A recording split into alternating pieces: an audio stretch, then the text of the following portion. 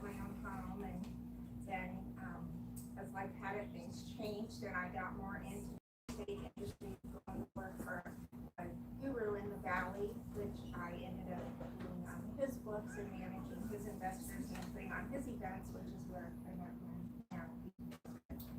and learned that there was a whole other big world of real estate investing besides just buying gold.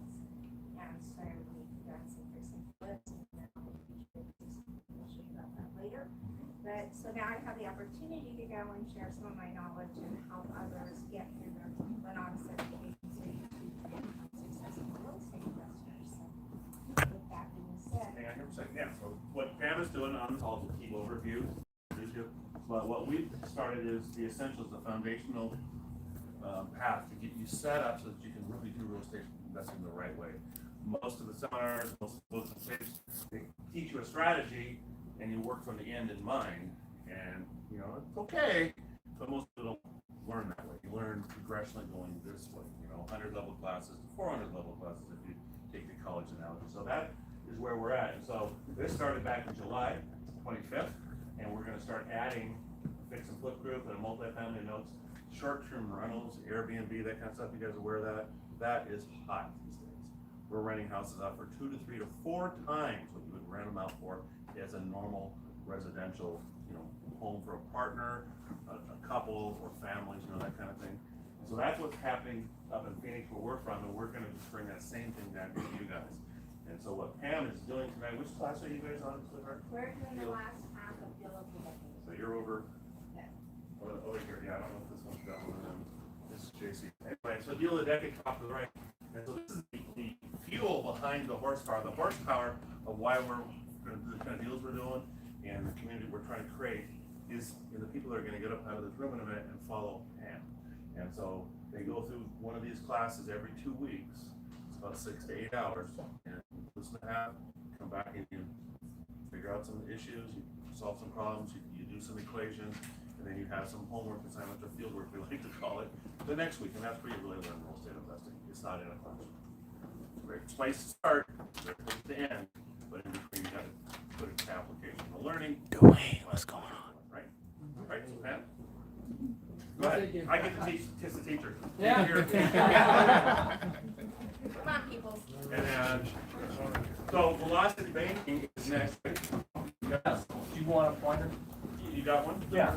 So, I think this is good to go. I'll behave you too, man. so everybody that's in essentials, your members, that's the members of our group. Masterminds are for our members.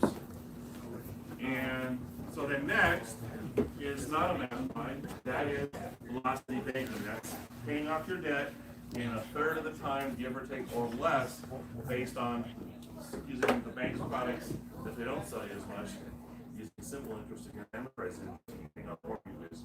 I think every real estate agent in the country should owe their buyers of homes an apology. It should go like this: I got you into debt. I owe you an apology. I got you into debt. I never showed you how to get out of debt.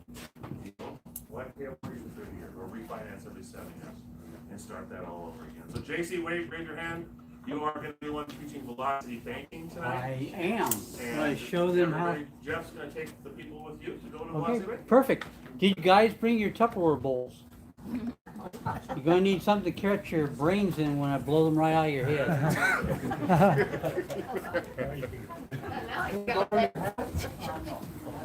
So Jeff, which button do I push to? Oh, it's the.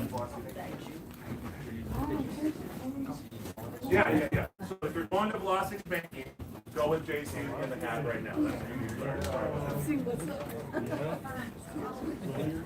Yeah, thank you. Okay.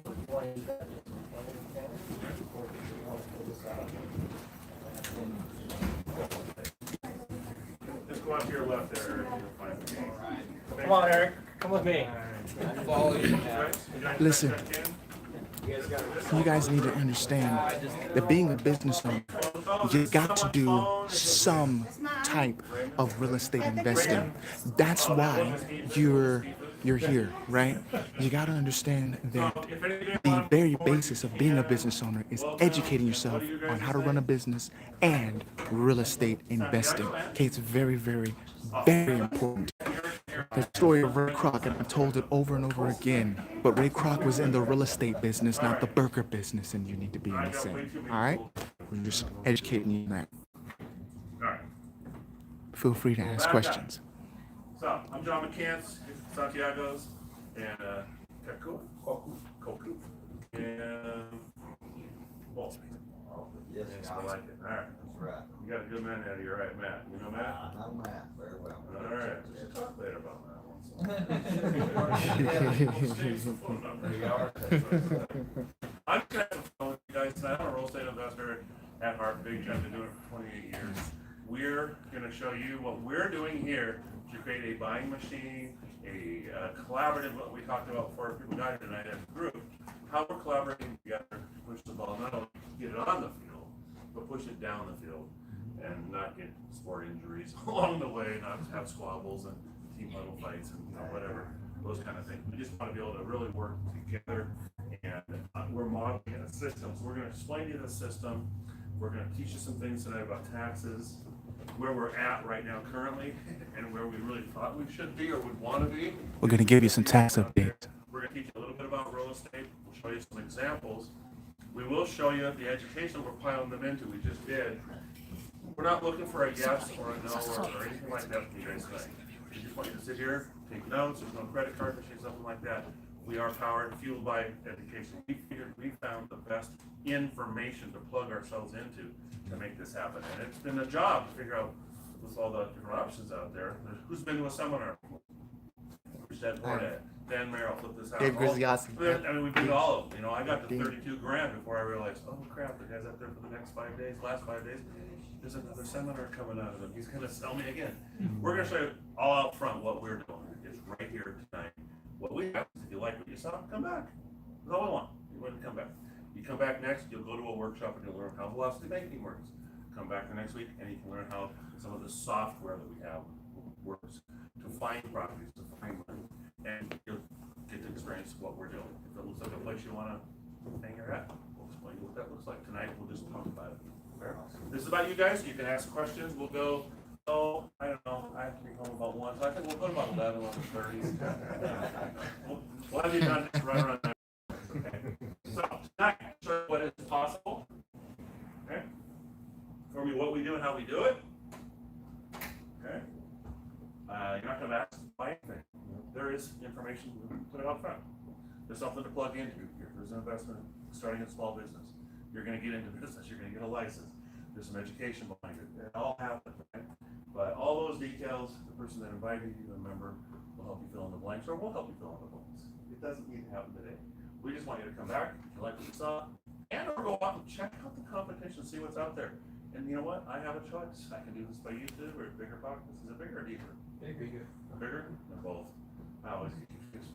But you know, at YouTube and different places, I'm just not really sure who's behind that. Is it being taught in active today's terms? Is that down the road? Is it historical? Is it theoretical? You know, maybe I'm not a non-believer, but you know, at one point there wasn't a computer, there wasn't a little search bar where someone shook hands. And so I'm more of that kind of person, though a lot of this information is out there for us. So you don't want to diminish it. But you're going to be invited back to check it out. Entrepreneurship. All right. Well, there it is. It's a word I want to talk to you guys about. All right, so this is where we're at.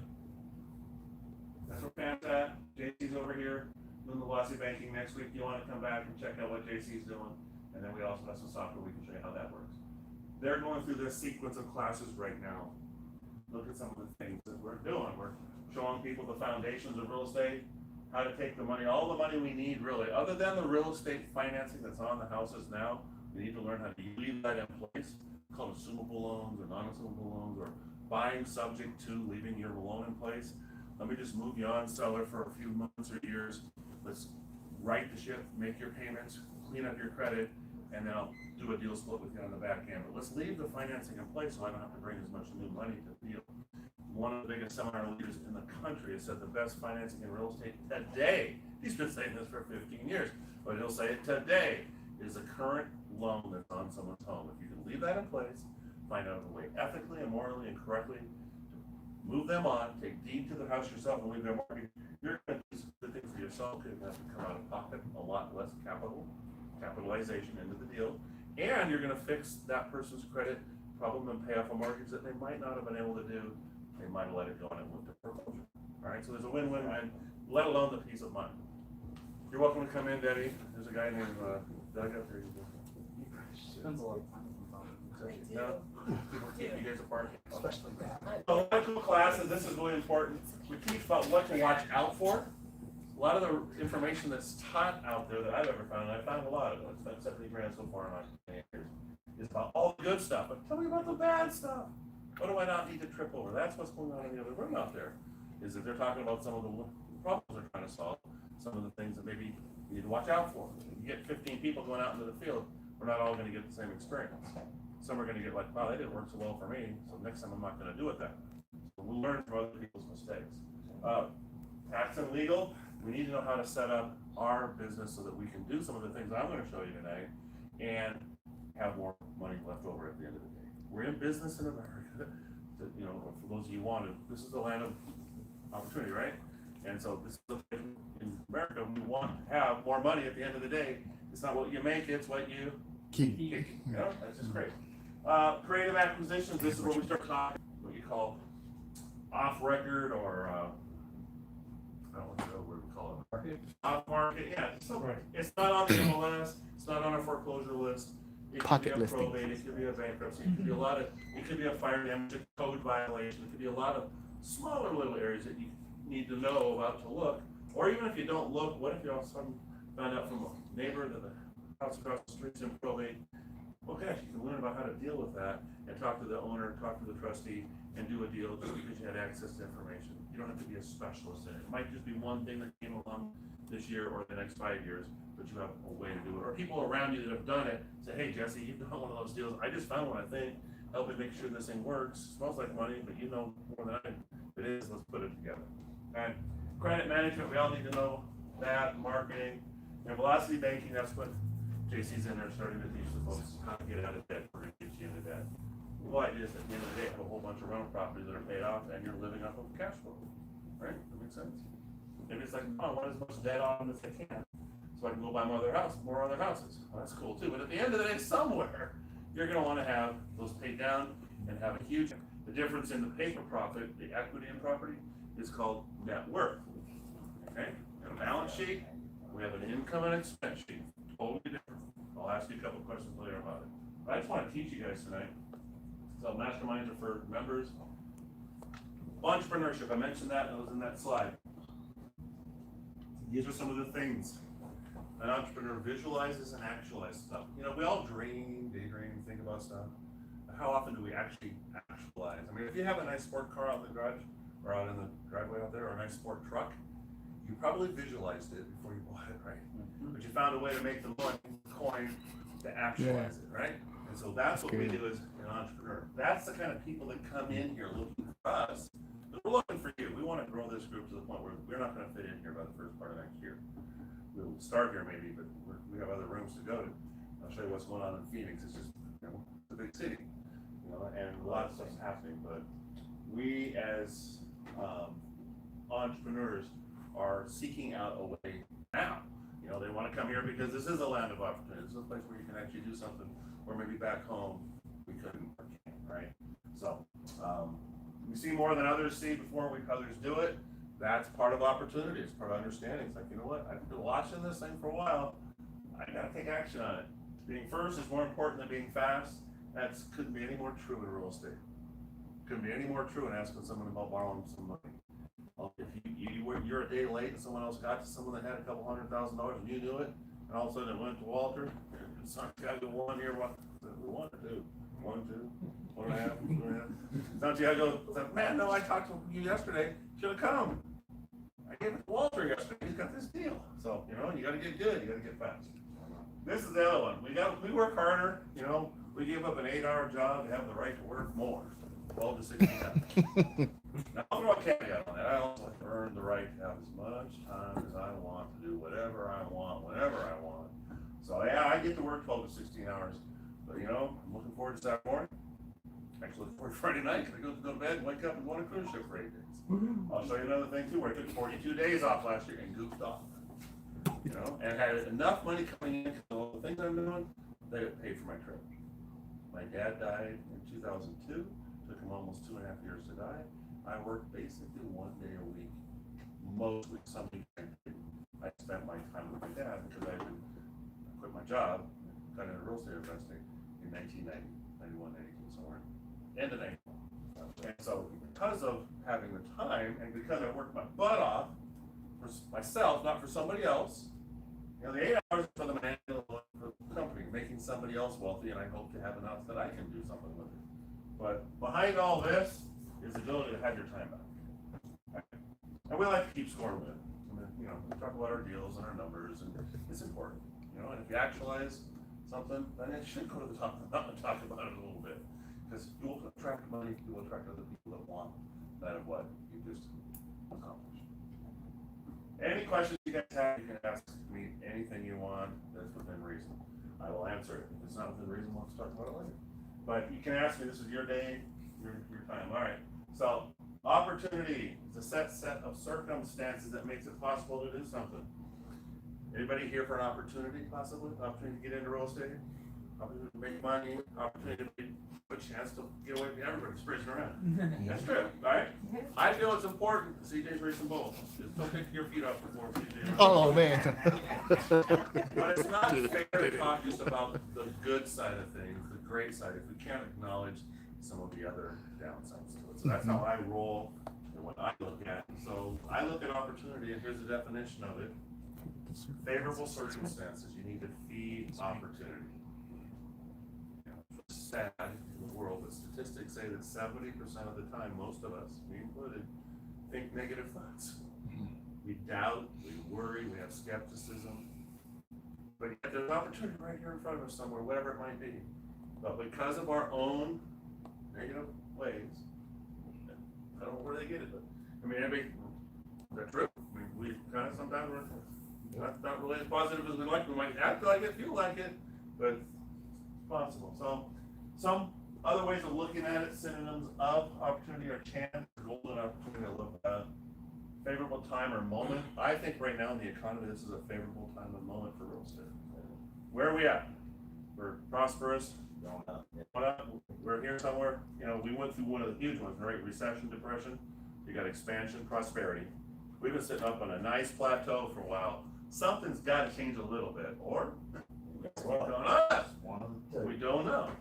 So we have to learn how to apply real estate in all of those cycles: expansion, prosperous time, the recessionary, and depression. We did have a depression. Really, we did. Yeah, I mean, if it wasn't a depression back there in 06, 7, 8, 9, well, 08, through whatever, it was certainly depressing. Yeah, for all that. So, but the right set of circumstances could be an opportunity. And I think that with low interest rates, we're at a point where consumer confidence isn't, you know, it is or it isn't. It's really pretty high, they say, but there's a lot of political stuff going on. And there's a new, you know, presidential debacle coming up again here in a year and a half. So we're going to go through all that. With all of those kind of things, we have uncertainty. And because of uncertainty, we have opportunity. Okay? So we feel like what we're doing and have been doing is we're training ourselves included, train boots on the ground like that, so that when that opportunity comes, we can pick up a lot of the pieces that maybe people left behind. They just need to run away from it. Warren Buffett says that when people are running, look behind them and see what they left behind, because they're stressed and they just don't know how to deal with it. And maybe we can help them have a smaller fallen angel experience, and we can have a good experience out of it too. And for us, for the most part, we want to be able to accomplish what we set out to do and make money out of it. Okay? The opposite incident. I had no idea what this was. An incident. It's got to be an opposite to this. I was using a different word in here before, but now I figured out my high school education. I can go to this little thing and figure it out. But an incident, the opposite, is a threat. I'm going to show you for money. You're going to see both sides of this, and you can make of it what you want. The sad part is that most of us are in a spot where there isn't as much opportunity. There's more adversity. There's more threat financially. If we really think about where we are compared to where we want to be and go, most of us might say, you know, this is not where I thought I'd be at this point in my life. Okay? I don't know everybody in the room. Some of you might be saying, John, I'm so much money. just show me how to place this money, ensure it's secure, have someone around me know what they're doing. Well, that's cool too. We had someone join our group up in Phoenix, and he and his partner came in with a $6 million 401k plan that they're rolling over, like the class says, into a self-directed IRA type of scenario where they can have the ability to write checks. You got a number.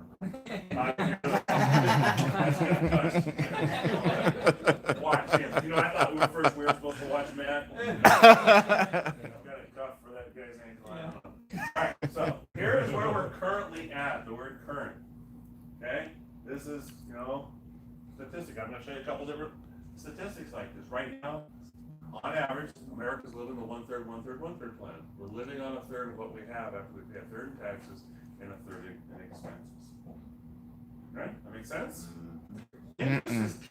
What JC is doing over there is showing us how to evaporate that. Doesn't make sense at all. The two of these one-thirds down to single digits. If we can get our interest and our taxes to 10% or less, I've paid on average about 8% of income tax.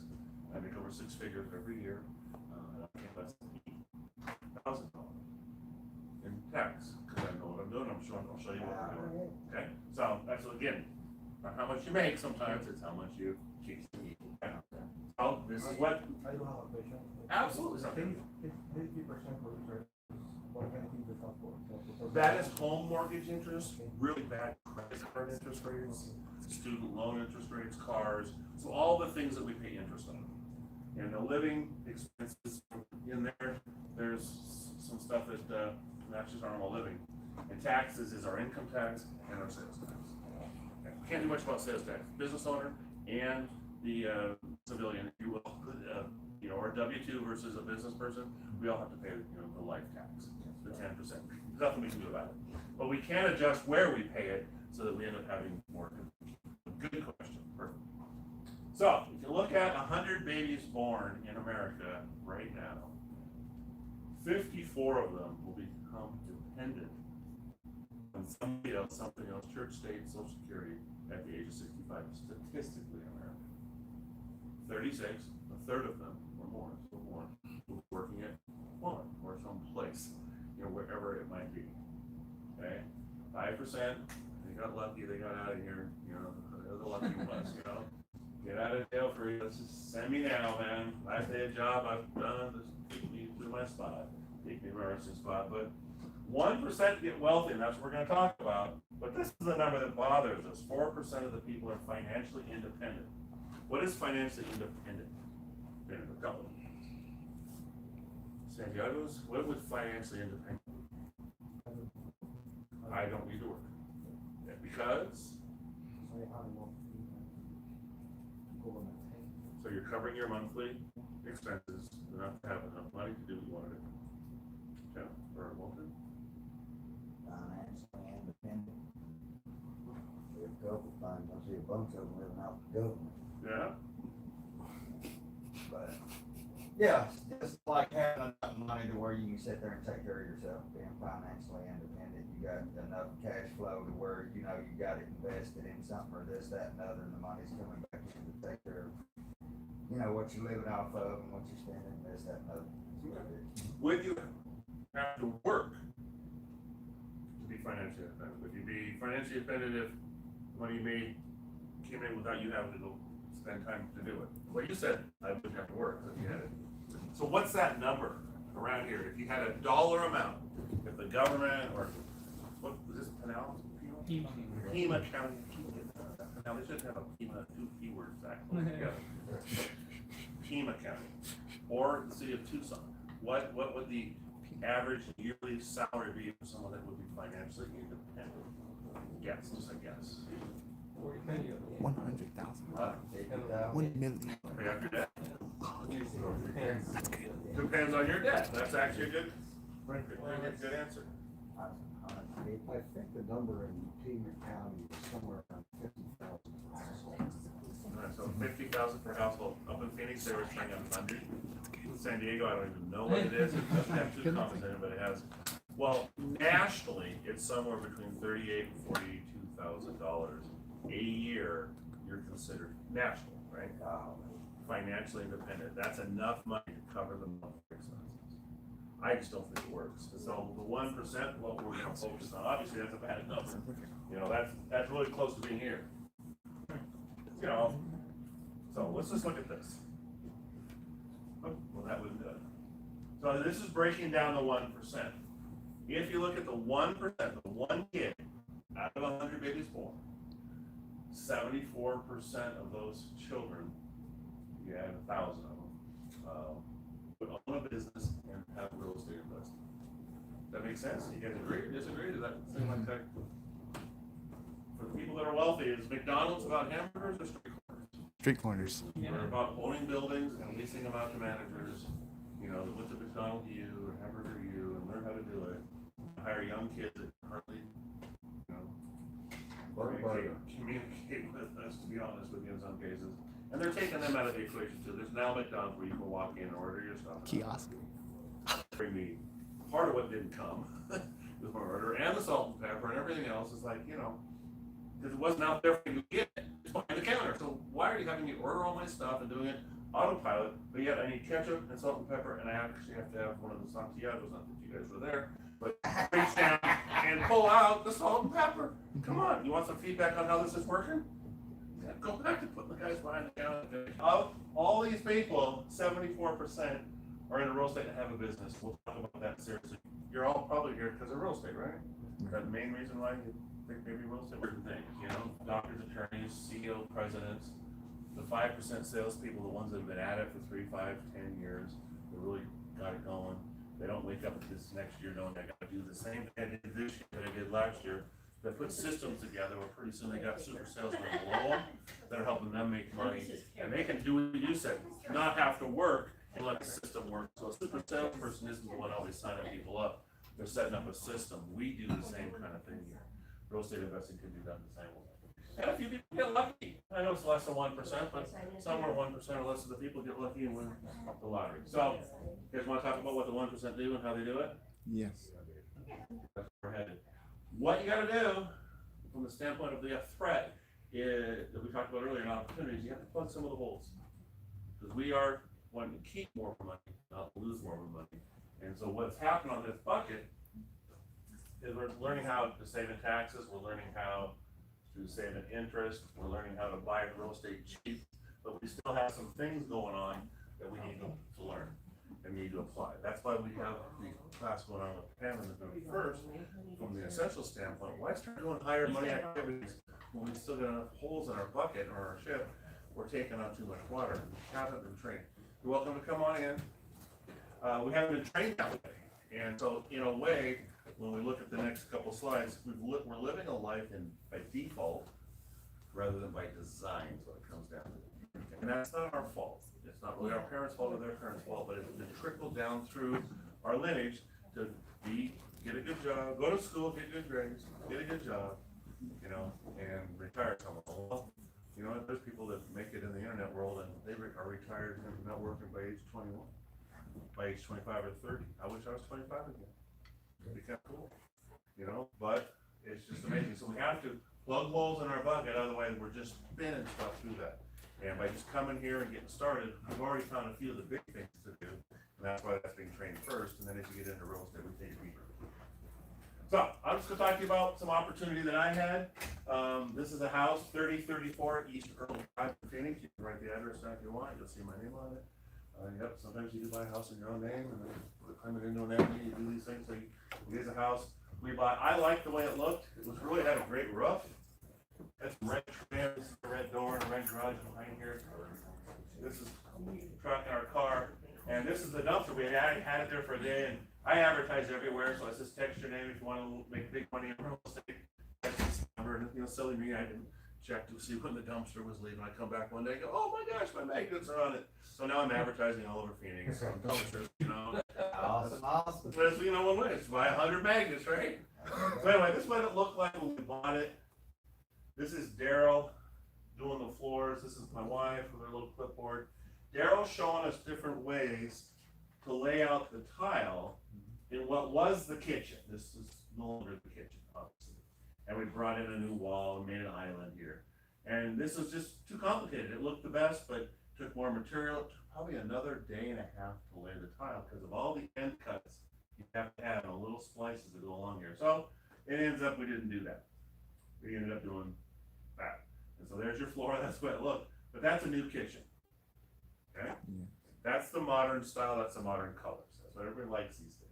Even if the cabinets, in many of the cabinets these days, you'll see them being black or possibly white. We have some wood grain in it, but it was dark enough. But the cool part is that everything here was this grayish, whitish, that's what's trendy. That's a professional photographer taking that picture. So when you get your house's learning lesson on the MLS or out on the internet, you want to make sure you have the most highest quality pictures that you can. Now, Brian Todd, who's one of our guys here, he is a professional photographer. He's back with Pam. He'd be glad to do that. But it looks much better doing that than this kind of picture or that kind of picture. You know, they just don't look the same. Is that quartz tops, countertops, quartz? Yes. Yeah. Synthetic material. If it were a $500,000 house, that would be something different, right? Marble or marble. Yeah. So that's what we ended up doing to it. You know, it looked like this. You had some red and you had some brown grass, and time of year changed a little bit. We watered it. And you can tell that the time will change here, because notice these bushes right in here. So we painted everything that was red, brown, left the house a nice tan color. It looks good, doesn't it? Yeah. Looks good. Notice the next door neighbor's house? Looks a little bit more like the inside of my house, doesn't it? My house, and it doesn't sell. The market's not as hot as now, but it's pretty hot. And everybody's saying, John, we need to paint the outside of the house. The house is perfectly fine. I'm certain of it. I know it is. This is the golden opportunity for someone. But no, we had to make the house look as ugly as that next to our neighbor's house, white on gray. And you can tell it's been a while, and I'm not lying. Look at the bushes. And we've gone through a part of the season, the grass died. House sold in 4 or 5 days. 5 days, I think we got under contract, and we had a backup person behind it because we painted the stinking color of the outside of the house. So pay attention to your trends, and not just inexpensive on a $3,000 worth of paint, $2,500, whatever it was somewhere just under free. But people are shopping the internet to find houses, and they go buy that house real quick and say, yeah, I like it. Go look at that one, say, yank me with a spoon, because they don't know what's up, that's what's up. They're gonna look at this outside image, so be very careful and don't get tight and cheap and stuff like that. Okay, so those were some opportunities, and I didn't see it. And I should have seen it. And I want to say a couple thousand besides. I like the color, but no one else likes color. You're moving into it, so don't worry about what you like. Make sure the market likes it.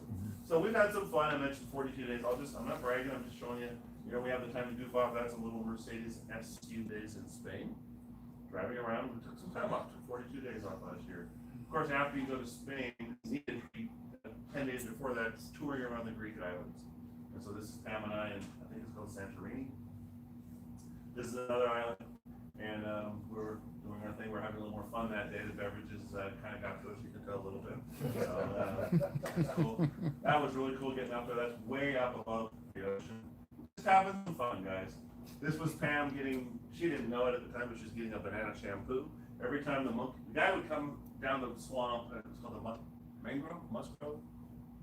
mangrove, I think. And he would go and he'd whistle, and these monkeys, we could hear him. They knew he was coming because he did it every day, like 4 times a day. And he had bananas in his hand. And so the monkey would come down in a nanosecond, then go back up, and come down and come back up. Well, he's eating, they don't wipe their hands, let alone whatever. Well, every time he came down, he put his hand on Pam's head to land. So later I said, oh, honey, she cares about her hair, can you tell? That's not good shaped hair. Honey, you need to still on top of your head because you just got a banana. That's in Costa Rica, just goof off. Had a lot of fun goofing off. So, Renatus is the information, the education team. And we'll show you the website you can go to. I'm going to explain to you how all this works, and how we apply it, and it's a difference maker. It is probably the best shot that I feel most people that have come members here to make real estate happen for them. Compared to the other ways, I've been around for 28 years. I've seen it all, most all of it, and I've done most all of it. And if it's been around 25 years ago, well, I probably wouldn't be here. I should be here because I want to help y'all, but I'd be sitting doing nothing somewhere, whatever. And I do that a fair amount as it is, but I still think I like to work. I want to see what happens here in Tucson. Let's see what happens here in Phoenix in the next 6 months to a year. It's also going on in San Diego, Seattle, and Spokane. Goodness Look at the map. So Renatus is a system.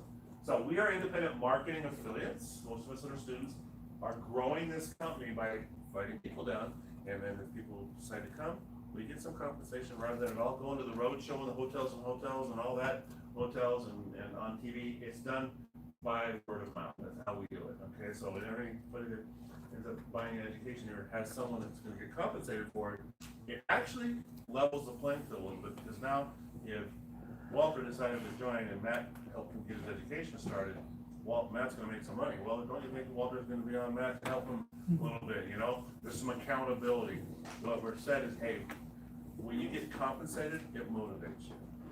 And so that's one of the things that we look at, okay? So I just explained to you, we're gonna do our very best to represent everything that's here. It's a lot of information, so we're gonna rip through it. That's why you wanna follow up with us. And there's no decision to make, you know, tonight, but we want you to make an informed decision. If you go anywhere to do your investing, you need education somewhere. You don't want the street department to give it to you, you know, because it will hurt. It'll take a spanking to get a butt kicking. I've had a butt kicking twice, and I even know what I'm doing. I've lost over 20 grand, but I've lost 20 grand twice. That's how many experiences I could have had. I wish I would have paid $20,000 for a seminar for it and not done it. But otherwise, you can find a mentor out there and pay for one person to teach you one way on how to do real estate, and that's out there.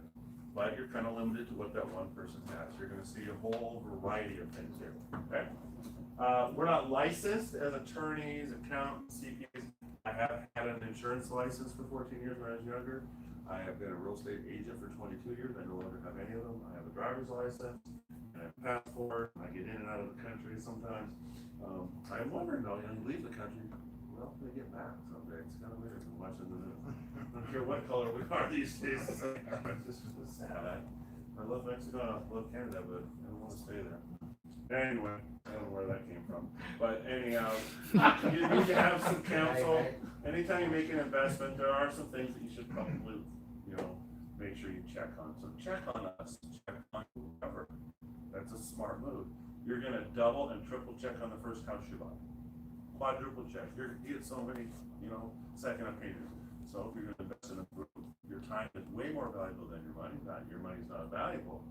Your money's incredibly valuable.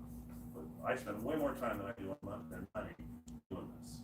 Okay, so it is intellectual property of Renatus, so you can take pictures of anything you see. Because want to stop me, go back and slide up and do it.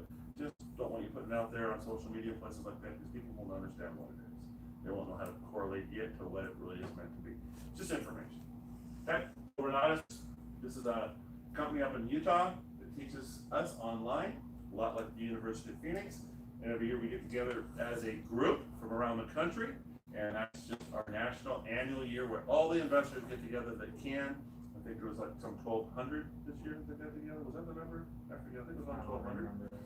I know when I started there was 300, and now it's 4 times as many get together. And all the people that I talked to in Florida, and New York, Chicago, different parts of the country are there. We can network, and we get trained up on some of the ways to negotiate and how to market, just different things that are important. And you learn from other parts of the country, because we're not all investing in California, Arizona.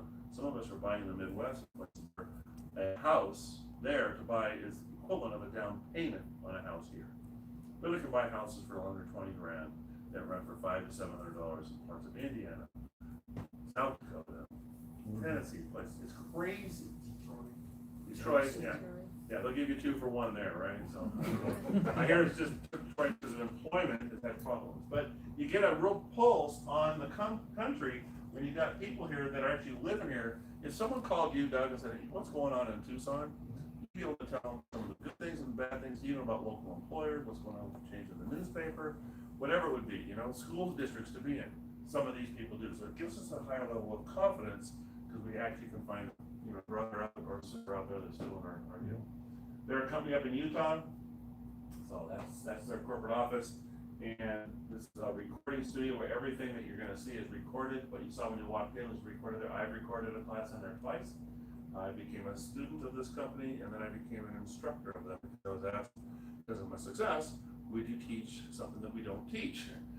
And once you teach it, we'll have a teacher for it. So I teach one of their classes in foreclosures, called the auctions class. So here's what's going on. The online students around the country are in blue. Anything in orange has a local community right here, like we have. So around the country right now, we're expanding. You know, I got Seattle, Spokane group, we got San Diego, we got the two here. Got some friends here in Colorado Springs, some guy up in Gallup, Marianne up in Whitefish, Montana. But the blue are online only, no locations. We want to have locations, physical offices to work out of, where we have what you see going on here all over the country. Okay. These are just some of the places. Some of the instructors. This guy teaches notes. This is Jeff Armstrong. That's Jay Massey. He teaches a whole bunch of classes. I just listened to one last night. And so these are just some of the areas. And of course, we've got Arizona in here. Okay. Local groups. This is when we started in Phoenix. There I am. There is Pam. Kevin met with Pam and I, and we said, these are some wholesalers here, Paul and Jennifer. They were a small group, 8-10 people. And we said, let's start doing this thing. Let's get everybody on the same ship. And so we were doing our thing. I think that's been, and whoops.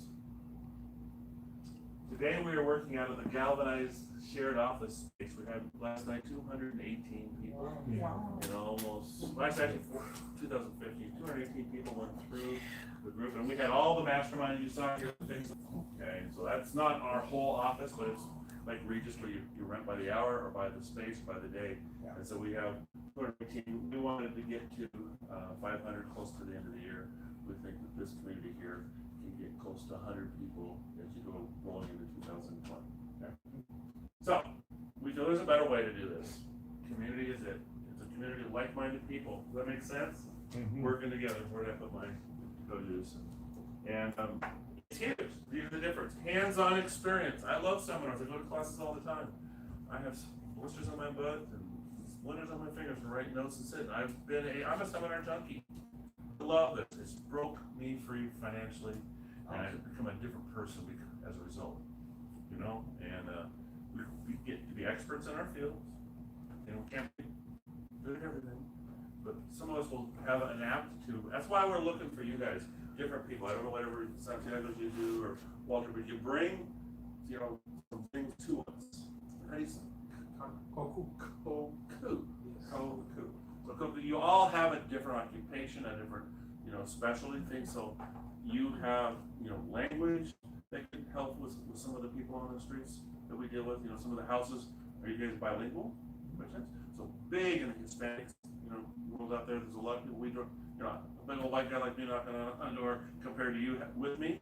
We have a much better chance if someone can relate to you, right? Yeah. And so it's a huge thing. And so we become experts. We bring things to the field. I have Bernardino who just joined us up in Phoenix, and he goes, John, I want to get out there and knock on some of those doors and talk to some of my friends. I go, well, don't worry, they're on the list. You can tell by how their names spelled, you know, because there's a lot of Hispanic people too that are also in foreclosure, as well as, you know, everybody else.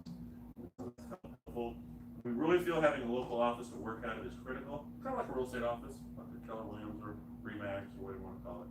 Self-education, I'll talk to you about that in a second, but an environment of personal development. What we are is real estate education or financial education. That's what you're going to get here. But that's not what we are. What we are is a personal development group wrapped in education. Okay, it's who you become in the process. You're going to change. You're already great, but we can make you a greater who you are. Now you can go out and take it on. Yeah, that's when you can find the local opportunities. Self-education. Anybody have any idea right now in the world how much we are spending on a yearly basis to be self-educated? Not in the universities, we're talking about online type education, books, tapes, seminars, YouTubes. Right now, how much are we spending? Anybody have an idea? Per year? Yes. Okay. A little over $350 million. Oh my gosh. Actually, it's not what it is. It's $350 million a day. It's in Forbes magazine. I'm sorry I missed that. You know, by 2025, how much money we're going to be spending as a world on self-education? $329 billion a day. Go to Forbes magazine. I read Tony Robbins 3 weeks ago. You haven't got up there. You know who he is. He's on TV a lot. Information age. Tony Robbins. Everybody knows who Tony Robbins is. Personal development, motivational guy, real businessman. but $329 billion in a year. People are clamoring for information like we're seeing that we all want, so that we can go out and learn how to do stuff. It's great to go to college. It's great to have that information, but it hasn't over time equated enough to get you to the economic level that we went there originally to get. So self-education is it. So 329 billion, go to Forbes and see it. I couldn't believe it. I usually quote people, and this one I had to go and find the number. And it's over $300 million a day right now. People are spending in the world to learn how to do stuff. Okay, crazy, isn't it? All right, so here's the hands-on experience. One of the things you get asked to come back and join with us is one of our property tours. We don't have one this weekend, but we have you coming back for next week as the velocity banking, okay? And you can certainly come back and sit in here with Ray, who will be doing the presentation next week, because I will not. I will be on a cruise ship. And I'll be back in 2 weeks. But we go out and we go to our projects, and we have, like in this case, Lisa's the one that's running this deal. She'll tell you how she found it, how she funded it, what the story was with the seller, and what she's doing to it, and why she's doing to it, and what her plan, her exit strategy is. And even more importantly, if that doesn't work and the market changes, what's her backup exit strategy? Yeah. And is there even one backup to that possible? We never have just one, because there is what if, God forbid, a plane hits a building again, and all of a sudden the country stops for a few hours, and then the country just, well, let's say we have a banking collapse. There are ways on a fix and flip that you're gonna make 30 grand on. Now all of a sudden next day, you're not gonna make it because no one's buying real estate, because we're now, consumer confidence has gone through the floor. Well, there's other people out there that still need these homes. You just may not flip it. Just be careful the type of financing you have on it, so you don't get stuck with risk financing in a flip scenario where you wanna have long-term financing versus short-term. So we take you out into the field here in a couple weeks, probably a week, not this Saturday, but the following. Yeah. Okay, so remember the guy here can get you to that. So there's 4 reasons why you might be here. Which ones resonate most to any of you? Money, time, knowledge, or relationships? All of it. All of it? Parlay the whole day? Santiago? No one's for you? Okay. Yeah, there's four choices. Money? Last one? Relationships? Okay. Mine ended up being all of them too. But Money, the main one. more than anything, that was the one that got me. It didn't take that much more money to get to a point where I could do whatever I wanted. I'm not bragging, I was doing okay. I wasn't making a ton, but I was making enough. But if I didn't have the time to go away on vacation, who cares how much money I have? Yeah. So I was spending all my time working, right? So I always said if it's $1,000 weekend out at the ocean, or $1,000 a day fly fishing trip to Panama for sailfish, or $1,000 a day plus to go chase little salmon and halibut up in Alaska, if I didn't have the time to go do it, who cares? That's right. Right? And so you go from making $5,000 a month to 12 to 15,000. Okay, jump. That's quite a jump. But it doesn't take too much more money before all those things become possible. Now you have your time. Okay, but the know-how is what we're here today to show you about. But these relationships are critical. They say something like this, don't they? You are financially the equivalent of the 5 people you hang around. If you average it out, ever heard that before? Take 5 people you hang around the most, and you look at it, financially, we're all kind of in the same bucket. So Tony Robbins says the same darn thing. You probably will all year, maybe the rest of my life. But he started in the 80s listening to his personal power cassette tape set. You know, and it wasn't so far back with an 8-track. You guys know what an 8-track is? You know what a cassette is? Okay, you know, but they're bigger, you know, and he gets back to the point. Phones at one point were like this big, and a holster, fit on your horse. But what was I saying? Oh, Tony says that proximity is power. Google the word proximity, who you hang around, what you are. That's where the power is. So here's what was cool about us. Cam asked me to go see Tony Robbins. I said, oh, I've listened to him so much over the years. I love him, you know, and he's all about, you know, why people do things and why they don't, and what's your state of mind, and massive actions. But just take massive actions. Tony Robbins, right? So I'll go see Tony Robbins for $700 or $800 a day. Went out to LA Convention Center. 15,000 people in the LA Convention Center. Most of the time we're doing this. Not all the time, a lot of it. And we're bouncing and jumping, and next piece of God is going up. Lost 5 pounds in 5 days. Okay, stayed in an Airbnb, and He started at 8, 9 o'clock in the morning when he got there. Sometimes he didn't get there, so I had him on the screen. He had a lot of guest speakers at that one, but he went till 11, 12 o'clock at night, 5 days in a row without taking a lunch break or a bathroom break. If you wanted to take a break, you go out and find your food, you go and find the toilet. I sat in that room almost the whole entire day. Got down and said, wow, this guy is awesome. He's not only incredible online, you know, video or that, but seeing him in person was pretty cool. Well, Pam wanted to see more, so we decided to sign up for his business mastery. Costs a little bit more. It's $10,000 for the first person. That was Pam, and $5,000 for me. So you know, so we spent $20,000 this year on Tony Robbins. You add it up. LA Convention Center, 15,000 people. You add it all up, and then staying and lodging and food. It was all tax deductible. You know, almost all of it. A couple meals, part of it wasn't, but close. Yeah. And so we get up to his business mastery, and I figured, well, you know, we're gonna have coaching, we're gonna have all this stuff. It's another 5 days. I slept for a while before I got there. I got used to jumping. I didn't think we'd jump at business mastery. Heck, he still did. Did the same damn thing, but there was 2,500 people there paying this kind of coin to get in there. This was what proximity is power. There were many multimillionaires. You know, there were millionaires like me there, but there were many multimillionaires. But what's fascinating about it is there were multi-billionaires in the room for 5 stinking days, sitting right here for Santiago and Walter and Matar, and there, but obviously they were in the front row. So you guys are in the billionaire seats, right? Yeah. But that looks like and he acts like one. So we're gonna work on him. Good. Takes all kinds. You know what? There's some doors that we want him to knock. Yeah, Doors we want you to absolutely. knock. We want to line up so that we have a good, happy customer experience, and we get the deal done. That's some doors we want you both there. So who goes first, right? And we should have a gal with us too, because sometimes it's good to have that other touch, right? That does big time. Anyway, proximity is power. So sitting in a room with billionaires, all 5 days. What a billionaire be sitting in a room learning from Tony Robbins for 5 days? Because they're hanging around people that are doing stuff makes a difference. So it's one of the things that's going on here, why relationships are so powerful. But I think we want enough money, learn how to do it, so we can buy our time back. And then we have people around us that have money and time, and also stuff that we can go out and do stuff with people that we like. Because most of the friends that I have can't go where I go. Over the years, very rare. Yeah, we go to the $1,000, go to the weekend on the beach. They can do that. But the $5,000 a day fly fishing trip, you know, John, why do we have to stay up on the top of the mountain and fly the helicopter there? Why can't we just lay on the floating lodge down at the bottom and take the seaplane there? Well, it takes 4 more hours. Yes, it's $500 cheaper, but John likes the food up there. I love a helicopter ride, and that's just where I want to go, how I want to do it. And so, you know, we'll negotiate with you a little bit, but it'd be fun to have the time, money, and the people. But you can look at it a different way.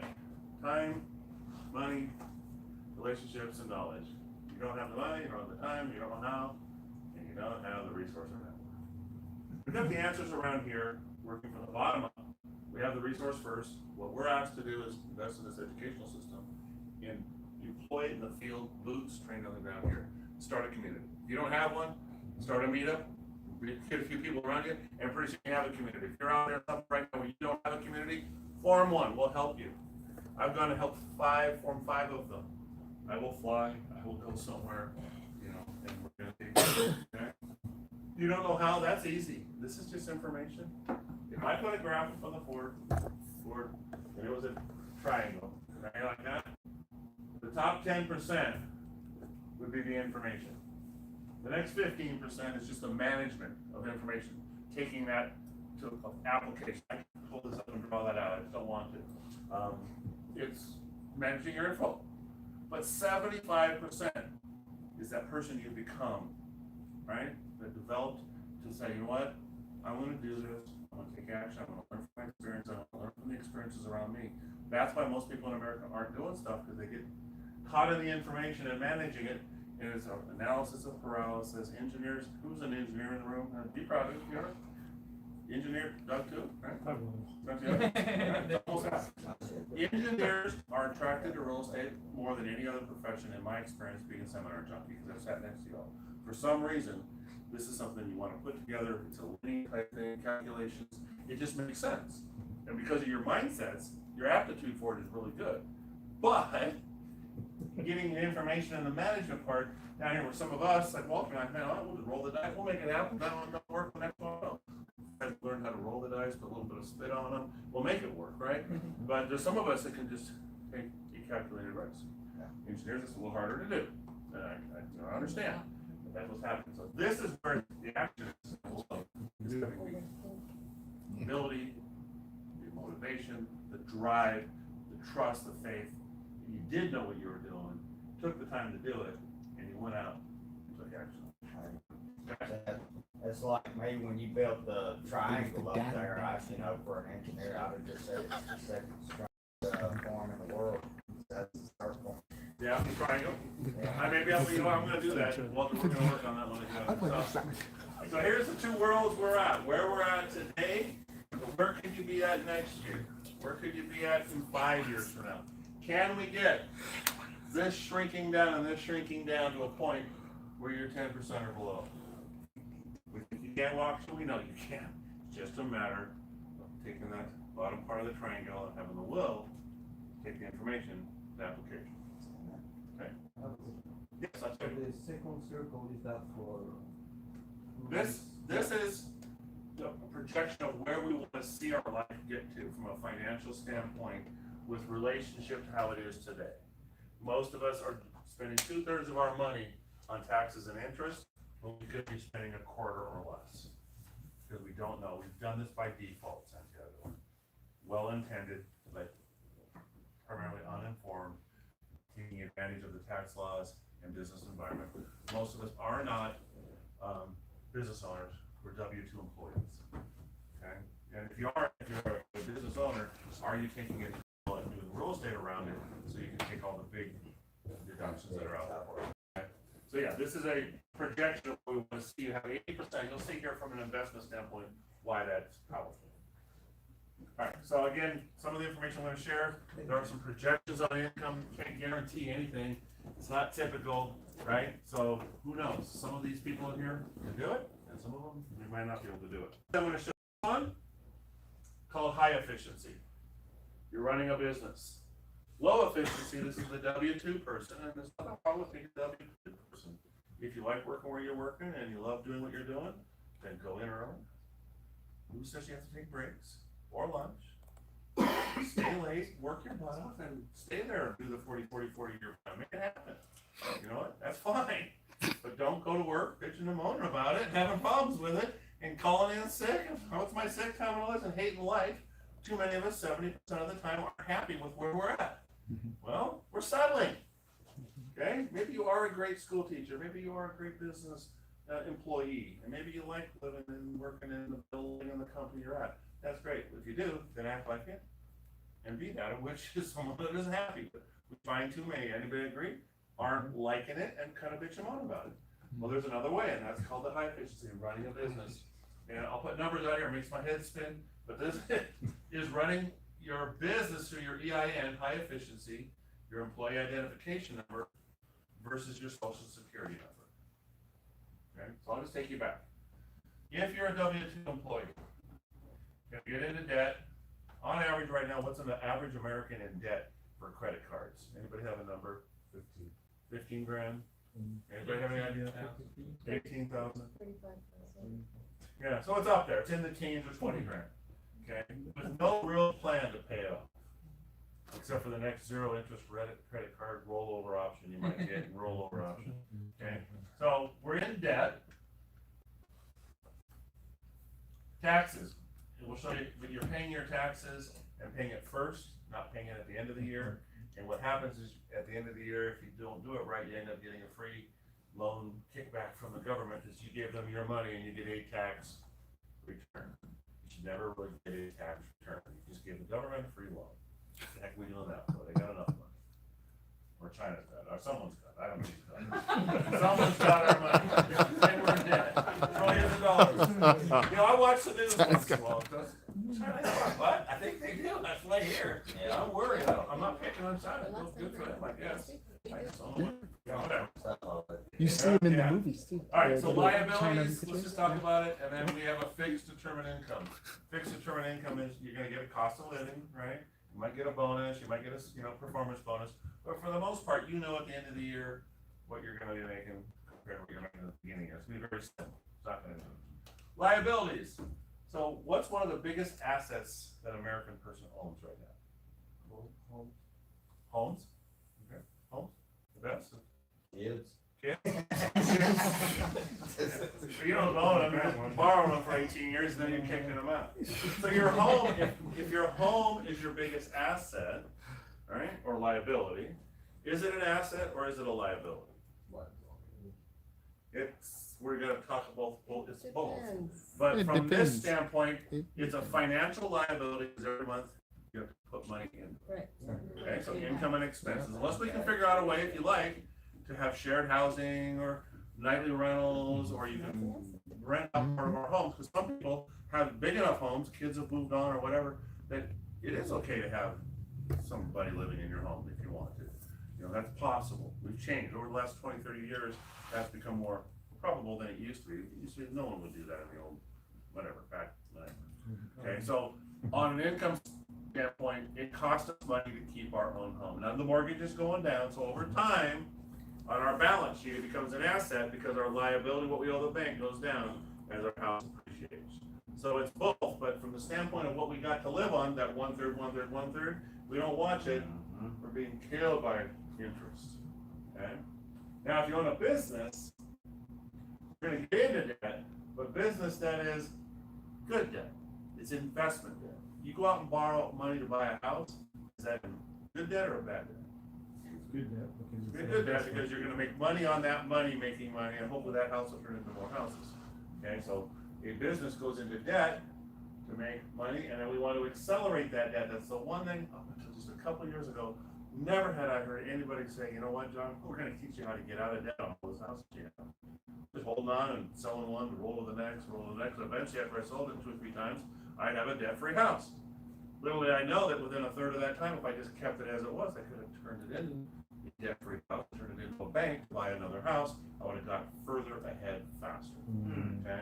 So in this case up here, and you'll see it with the numbers, we're gonna write off stuff and not pay taxes, by the way. We're gonna invest in assets, not liabilities.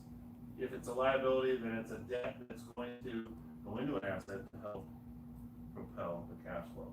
And what we have is called new and controlled income, and we'll show you what that looks like. So let's just go to where my head hurts a little bit on the numbers. So we get 100% of our income through our social security number. Pay about 1/3 of taxes. They take it out every week, every 2 weeks, every month, right? They take it out depending on how many exemptions you claim, how many kids, right, Walter? You don't have a bunch, you get more tax deductions, right? Half of our money right now in this scenario, no matter which side of the line you're on, goes out to our living expenses. We're gonna use it. We're just gonna live off of half of our money, right? Even though the 1/3, 1/3, 1/3 what we're showing, so we're showing you what can happen. 10% we all pay life tax. At the end of the day, there's about 7% left over if you're an employee, a W-2. We own stuff, okay, and we think we're doing great because we have our house with a huge liability, and we think we're getting ahead. Yes, we are, but we don't realize how much it's costing us. Hopefully, it goes up in value more than it costs us as we go forward. So we have very little left. 7% might be generous of what's left over at the end of the year.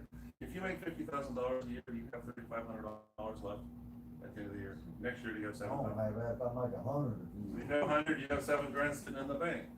Somehow we find a way to spend what we make. Okay. Up here, we go through we set up a little LLC, an entity, whatever your corporation would be. We don't pay taxes at the beginning like this. We go out and we use our money to live on. We pay our life tax, and then what we end up doing is we have 40% left over. Rather than being taxed 1/3 on 100, we get taxed on 40%. The tax rate of what's left for me has been 8%. So I end up having 32% of my money left over because I'm only taxed on 40% of my income because I found a way to use more of it and have it become a tax deduction. I'll show you a list of how that's happened. Yeah, take a picture. You're gonna get it. So here, what we want to do is not so much own everything, but control it. When we do the subject to model, when we buy buy a home and keep the mortgage. You know, we're more controlling the situation. You know, we might keep the house in our name, but really what we're really controlling, we don't have to own everything, we just have to have control over it through a contract, a deed, a lease option, rental, whatever it would be. So, let's just look at some examples. They want to do it. All right, here we go. So let's just write it down, and I know there's a number on here I did not change. So there's a 0 there, and I need to change that to a 7 to keep tracking. That's be a 7,000 because of the analogy we did on the last one, right? So I have to change that. That was my error. So a W-2 person makes 100 grand. Business owner makes 100 grand. We're paying a third. Essentially, we're rounding this down in this case, but $30,000. They had a good year. They only paid $30,000. They had $70,000 of an expenses. I'll change that to 63. They'll have $7,000 left over. So that's a mathematical error on my part. I apologize. But that's what they're going to have. But here, we're going to have the income. We're going to have expenses. Now, Amazon. Did you guys hear how much money Amazon made last year? Billions, wasn't it? It was $1 billion. Did you hear how much money they paid in taxes? 0. I should probably Google this one too. They paid 0 in taxes and made $1 billion or billions of dollars. How did they do that? Great tax. They know. They ran Texas, great accountants.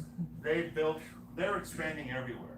They put so much money. They're putting money out Right. in different things, that way they can write it off at the end of the year, saying we're investing money here, here, and here. Wise. Yeah, Wow. they're putting money into Wow. their business. So Yeah. what's happening is they can deduct out, and we can do the same thing. Buy new cars, new equipment, our computers, our phones, all those things can be deducted out of our income, and then our adjusted gross income, we're just cramming it down as low as we can, so we pay less than 10% in taxes.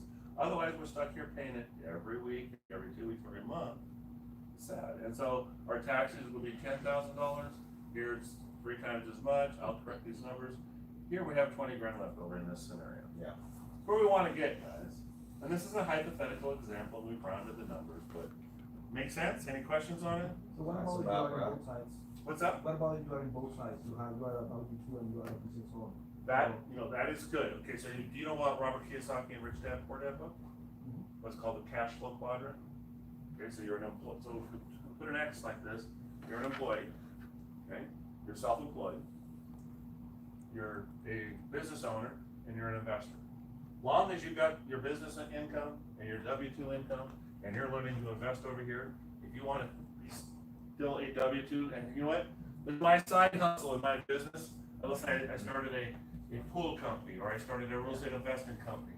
I took all my money, and rather than being the investment company, by being self-employed here, I'm going to own a business, I'm going to hire people that are self-employed, and I'm going to invest my money in real estate. You're happy out there doing your W-2 stuff, that's fine. Eventually you'll find that, it may not be worth my time, because what's going on here is so darn captivating, I love it. It's okay. The key thing Kiyosaki said is get from the left side of the cash flow quadrant, being either an employee or acting like one. Self-employed is nothing more than being a glorified employee. If you get up in the morning and you're the go lawn guy, and if you're sick that day, you don't make any money if you can't get out there and do it, right? Same as here, you call in sick. But if you got a lawn company over here and you had 10 of them, the one guy's sick, 9 of them are still out there working for you. It's okay to be both. Okay. The key is to be a business owner that's investing your money and saving money in taxes. I get emotional with this stuff. All right, let's go back. So, another way of just breaking this all down, that's why I don't spend too much time on the numbers, it hurts my head. I like to look at it this way. An employee gets up to 20 write-offs to the IRS tax code. Probably the most expensive way, in my opinion, the most expensive way to pay your taxes. Government takes their money first, it's the thing I don't like, and then you get what you get. And if you end up not claiming it correctly, you'll end up getting a tax return. The best time to put something on the market to sell it is in February, March, and April. People have tax returns. You don't want to sell anything on eBay or on all this stuff, real estate, cars, stuff. People have money in the springtime because they got their tax refunded. Silly money, silly concept. People sell seminars and say, you know what, the best time for me to fill my rooms, Ed does lease options up in Glendale, the Peoria area. He fills these rooms up. And he does it because he knows he pushes really hard January, February, and March because people have expendable income. put into stuff, it's just funny as it goes. Anyway, it's difficult to write stuff off here as an employee like this. My whole trip to see Tony Robbins and go to San Diego, I'll write up a lot of the things I even did in Europe, believe it or not. Part of it because I did some real estate, at least for 4 hours, 5 hours, was to write off. But anyway, most of it was a vacation. As a business owner, you get 400 plus write-offs. Probably the least expensive way to pay taxes. And you get to decide when to pay taxes. You receive your money and claim your expenses. If you're like Amazon, you can put enough expenses into business development, growing your company. You can have deductions, and you can carry losses forward for a couple of years and make a lot of money, and have infrastructure and new vehicles and new dream cars out in the parking lot that the company is running, and you're writing off as the tax deduction. Everybody thinks you're looking good, pocket tall. You are, but your company owns it. You don't own nothing. Okay? You can write off all this stuff, or most all of it. It's just the guy you saw on the Mark Kohler was teaching our tax classes. You walked in here. He says, don't go and you got your adjusted gross income. You got all your income, and then you got your adjusted gross income, and now you're paying below the line after you've paid your taxes for all these things. Get all these write-offs above the line and cram down your adjusted gross income like we showed you earlier, so you're paying less taxes because these things become a business revenue. Yeah, I wrote all that off. All right, so this is what's possible. This is where we're trying to get to, from the 1/3 to more of a 10% scenario. Living your lifestyle, putting money into investment. So what's going on next door is this. I'll be real brief on it, but this is a typical mortgage. It's probably one of the biggest lies out there in the world, because really, in a way, the banks have us on this one. We're paying $1,200 a month. 900 of it's going to interest. 300 is going to principal. And it just doesn't seem like this line goes up fast enough to me, or this one goes down quick enough. It takes you to a little over 16 years before half of your payment is interest and half of it's principal, right? Principal and interest. What's really funny, where do people refinance their mortgages if they're going to stay in this house? On average, in America, when do we refinance our mortgage? Anybody have an idea? 7 years. Yeah. Somewhere between 5, 6, 7 years, we start this process. Just when we're starting to make some headway, we started all over because someone sent us a mailer or a flyer, or we saw something on a bank that we can drop our interest payments by $50 or $850. Meanwhile, we don't realize that we're paying thousands of dollars a year in interest to save a couple $100, potentially a month, on our monthly payment. And so, what's going on here is this: is that JC is teaching us how to get this all done somewhere inside of 10 years. With the current payment, the velocity banking concept takes the products that the banks already have, that are interest only or lines of credit, and uses those as an account to pay your mortgage off, so that you can have a house that's debt free, and then put a different type of mortgage on it or a loan on it that allows you to use your house as a bank for potentially investment or not have any debt on it. We just don't have a plan. We're on default on this one. And so I can't really explain it to you other than this. It's just like, I think the banks have got into cahoots on us and said, you know what, this is how we do it. This is what's available. We just haven't been taught another way. Okay? So when you look at this and you pay your $1,200 payment for a $200,000 house, do you know how much you pay by the end of the 30 years if you did the whole thing? Over 2 times, 2 to 2.5 times. So you're going to pay $400 to $450 for a house, and we can take the same numbers as what JC showed people on how to get this thing paid off in a third or less of the time, and then take that other money and start putting it into investments and start doing houses. Okay. So let's look at it this way. Let's just turn this into a rental house.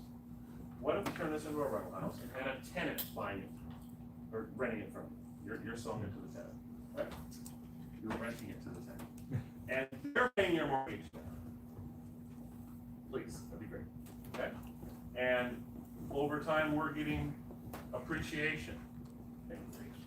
So, yeah, mortgage pay down. The house is going up in value. Do we get tax deductions from it while this is going on? There's 4 things going on here.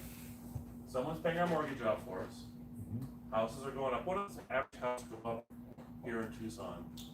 How much does it go up? 3, 5%, sometimes it's gone up 10% up in Phoenix, okay? So over time, you're getting the appreciation, you get the mortgage pay down, you get the difference in cash flow. This house probably would rent for $1,500 a month, so you're making $300 a month, and you're getting the tax write-offs. So what I like to look at is get your own house paid off and start investing in homes and have a whole bunch of cash flow and equity spitting out the other end. Otherwise, if you don't do this thing right, you'll end up paying 2 to 2.5 times what your house is worth. That's the plan by design.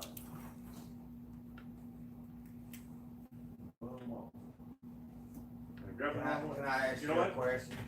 Like on something like that right there, if you're investing money into the house, can you write off like materials and like appliances or this or If that? it's an investment property, rental property, yes. Okay. If your own home, not much of it. Right, right. You can have an office deduction if you run a business out of it, you gotta be very careful. Rental properties are all tax. Okay. All right, so let's just look at another way of doing this. I'm gonna get into the education. I'm gonna get a couple of my guys up here to talk to you about some of their deals. Is that all right? Okay, so high efficiency, we're gonna take 32% of our money that's left over after we pay the 8% tax. We have 40%, right? I gotta change my numbers. We're gonna control buildings like that make tons of cash flow, that are going up in value when someone else is paying down the mortgage. Yeah. We all know it's monopoly, right? Little houses for apartment buildings, is what we wanna Greenhouses. do. But on this side, if you're a W-2 person, at the end of the day, you don't have as much money. It's not so, sexy to be able to buy an apartment building, probably buy a house or whatever. We don't know how. We're not hanging around people doing it, but these people are.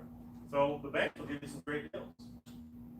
You can get almost 2% if you leave your money there for like 3 or 4 or 5 lifetimes.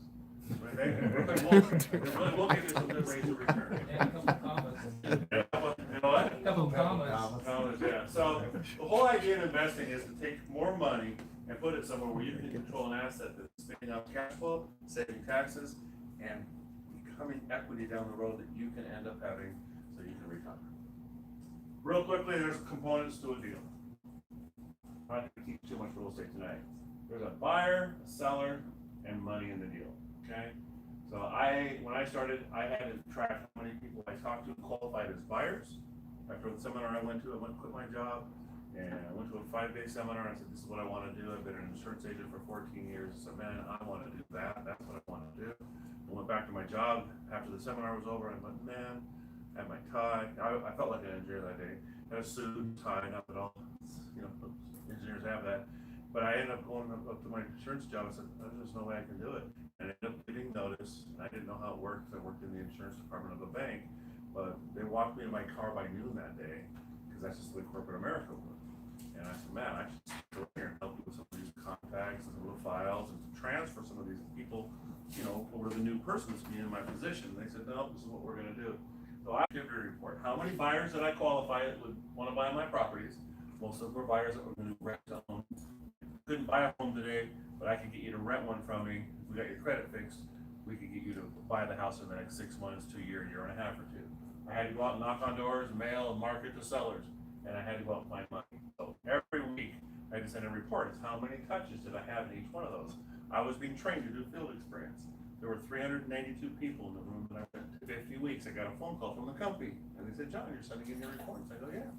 He goes, well, you're sending in a lot of information, and you're one of 50 weeks. What's up? I go, well, I've done 18 real estate transactions, run the process of them, I followed the rules. And they said, well, would you like to come back and be, a success story in the back of the room? I said, no, I'm more a real estate investor than a seminar junkie. I'll come to the next one. And a couple years later, I did go to their seminar, did sat in the back of the room, because I thought, well, I'll learn more if I can be in the back of the room. And I ended up helping encourage more people. What was really cool is that they said, John, your reports that you send in were interesting, because you did talk to a lot of buyers and sellers. You found some money. I found a Korean guy that was an import-export guy. He was in federal downtown. I brought a pro forma on a house that I had seen. I hadn't even done real estate yet. And so if I could buy it for this, do that to it, and I put some articles about why Seattle's the best place to live, and low crime rates, good schooling, and I could make this kind of money, would you want to invest? And he goes, Sonny, go down to the waterfront, go to Ivor's Fish House, and have some fish and chips. You come back this afternoon, let me look through your stuff. He made some phone calls. There was no internet to Google me and figure out if I was good or bad.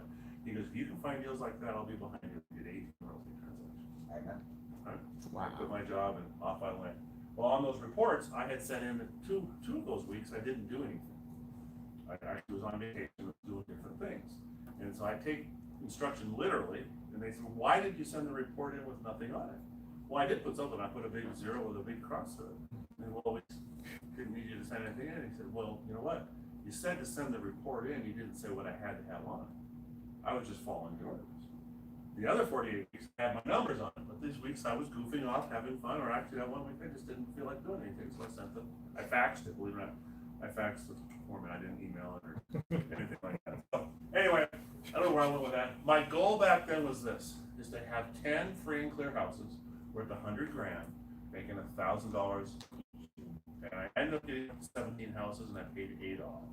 But I wanted to be a millionaire that had 10 free and clear houses, bringing in $10,000 a month. So keep that number in mind. $10,000 a month was enough back from the 90s for me to get out of, be able to retire and paying off a few homes. Once I paid off homes, I really didn't realize what I was doing, but I was doing velocity banking back in the late 90s, and I actually put home equity line of credits on those homes to go buy more homes. Yeah. And that's what JC's over there teaching. I just wasn't smart enough to know what it was then to create a product to take the world on with. But anyway, so you get to deal with these people that have money, people that want something, and people that need to get rid of something. Okay? We do our thing. We talked about it earlier, right? We want money. You just got to get time and your money and your knowledge and your relationships together, get them working in the right direction. And as you get into real estate, there's a risk reward. Wholesaling takes a lot of time, but not much money. You know what wholesaling is? Tying up a property and finding someone else that wants to buy it. Kind of acting like a real estate agent in a way. You got to be careful how you do it. We teach you so that you don't do it, so you get in trouble. Because if you do it and it looks like it's a commission, you're supposed to have a license to do that. So you have to have a vested interest in the deal. So wholesaling doesn't take as much money, doesn't take a lot of time. You got to shake a lot of bushes, go through a lot of lists, knock some doors, tie up a deal, find someone to sell it to that's either going to fix and flip and rehab it or buy and hold it. Okay. This takes a little bit more money, not as much time from the standpoint of finding them. It does take more time because you're going to have your money tied up in a deal longer. On average, my homes take 107 days to flip. I've made 32 grand a house, and I've tracked the last 280. So 32 grand, just a little under 4 months. Okay, so it'll take a little more money, a little more time. Buy and hold, you know what? Doesn't take as much time because right here, I can buy a home and fix it up and put it into my rental portfolio. I don't have to fix it up at the same level I do up here. Because on this level, they're buying with emotions. They're going to buy, honey, look at this home, or whatever, show your parents. You really have to have it look really good to compete in the market to sell for the top dollar. And we put a lot more money in it. But boy, I can put an FHA grade, rental grade down here. Most people walk in there and say, man, that's clean. At least it doesn't stink. It's in great shape. Everything works. You get a rental house from me, everything's going to function. We're going to walk through them. Every window, every door, you're going to like it. But I don't have to have granite, stainless steel here. I can have other things, right? Okay? And ultimately, down here, you're not going to have much time involved. You're going to have money. Like I've got some right now. I got some of us in the room, and Jesse does it. I know others rent out of our retirement accounts. We're lending money into the community. You guys to do deals. And so now we're just making time on our money. I like the one up in Seattle I'm doing right now. It's been going on now almost 12 months. And it started out the first 6 months at 12% interest, 2 points. So on 175 grand, it was 2%. All the money, 12%. After 9 months, it went up to 15% interest. After 15, what's that? I didn't. I lent the money to these guys. Okay. After 15 months, it goes to 18%. And it's on the market. It's not sold yet, but I'm getting 15% money and 2% by lending money out. So a lot of us are doing what's called gap funding. Bridging the gap between what you've got and what you need to get it done, and helping you get things done. So that's the levels of real estate investing, the ways we're finding. We already talked about subject 2. We're going to go through a lot of the ways we do this here in just a minute. But foreclosures is probably one of the biggest ones. Okay, and we can talk to you about that and teach on that for days. There's that much information. So the reason we like real estate, why I like it, I feel it's an ideal investment because I just explained to you before. And deductions. We get income, we get tax deductions. Over time, it goes up. People are paying our debts down. We get equity. That's the appreciation. And the cool part is that we're leveraging into these homes. If you bought a $100,000 or $200,000 house today, 10% down, you put what, 20 grand down, right? If real estate went up 3% next year, here, and you bought a $200,000 house with 20% down, how much did your house go up? You put 20 grand down. I'm throwing the engineers off here a little bit. It's like 30, Roughly It's gotta calculate. 33%. Calculate that. more than that. Yeah. But the house just went up 3%. Okay, what if you wouldn't, and this happens, you put 20 grand down on a $200,000 house, and you put a little sweat equity into it, made it look a little better. So maybe now you're in it for 210. Real estate market goes up 10% that year. Now it's from 221, 220, whatever, and you just put in 20, 30 grand, and it went up 20 grand. You've made 75, 80, something like 100% of your money. So controlling a huge asset with a small amount of money, can you do that in the stock market? Nope. Not necessarily. You can borrow on margin, you can borrow against what you've got in there, and you can borrow a percentage of it, but if it goes down, they're gonna call that margin and say, no, you gotta pay it back because there's not a much cushion between what you owe us and what it's worth. But you can borrow against the biggest asset people own, and you can put as little as 0 down if you live in it. And as an investor, we can give investor loans 5, 10%, but more commonly 20, 25% down, and control this asset. That's called a controlled situation rather than just owning stuff. Yeah. You can go out and buy 5 homes and control them, have $1 million worth of homes, put the $200,000 down, and that real estate goes up 10%. What just happened to you? You're closer to sitting around doing nothing, watching your money go away. Okay. So again, we're gonna have a couple guys get up here. I don't know who got held up here or who I don't, but these are some of our folks, and this is just a disclaimer saying that based on what we're all doing, not everybody's gonna get the same results, and you just don't know. Okay, so we want to make sure everybody. Hello, Molly.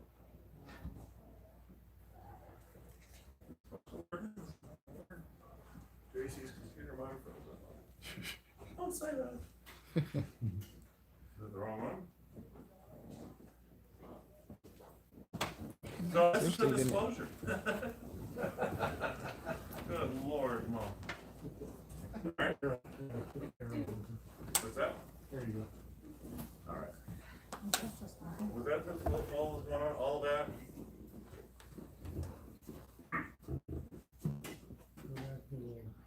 You saw the error I did, right? Right here? Okay, go back to that.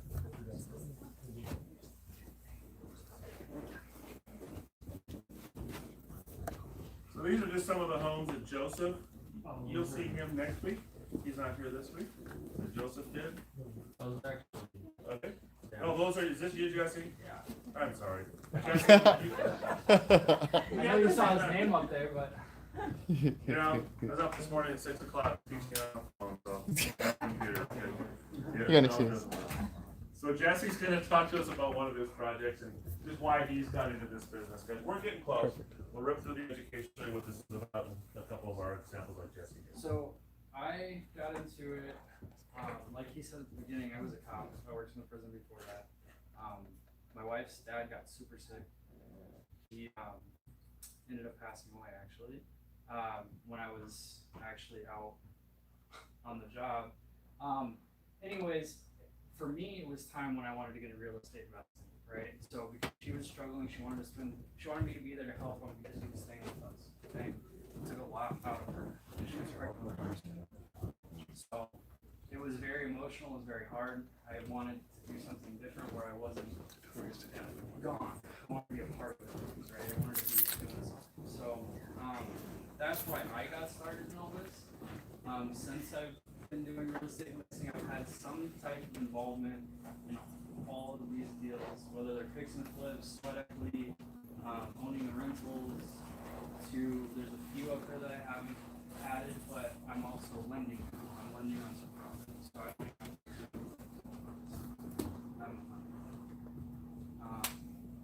hopefully I'll be sitting on a beach somewhere. Some In a beach somewhere. In a few Yeah. years, not doing anything. I mean, I'm only 31 and I'm doing this, you know, so it doesn't matter how old you are. If you really put your mind to it, you want it bad enough. I think anybody can do it. Learn to work with it.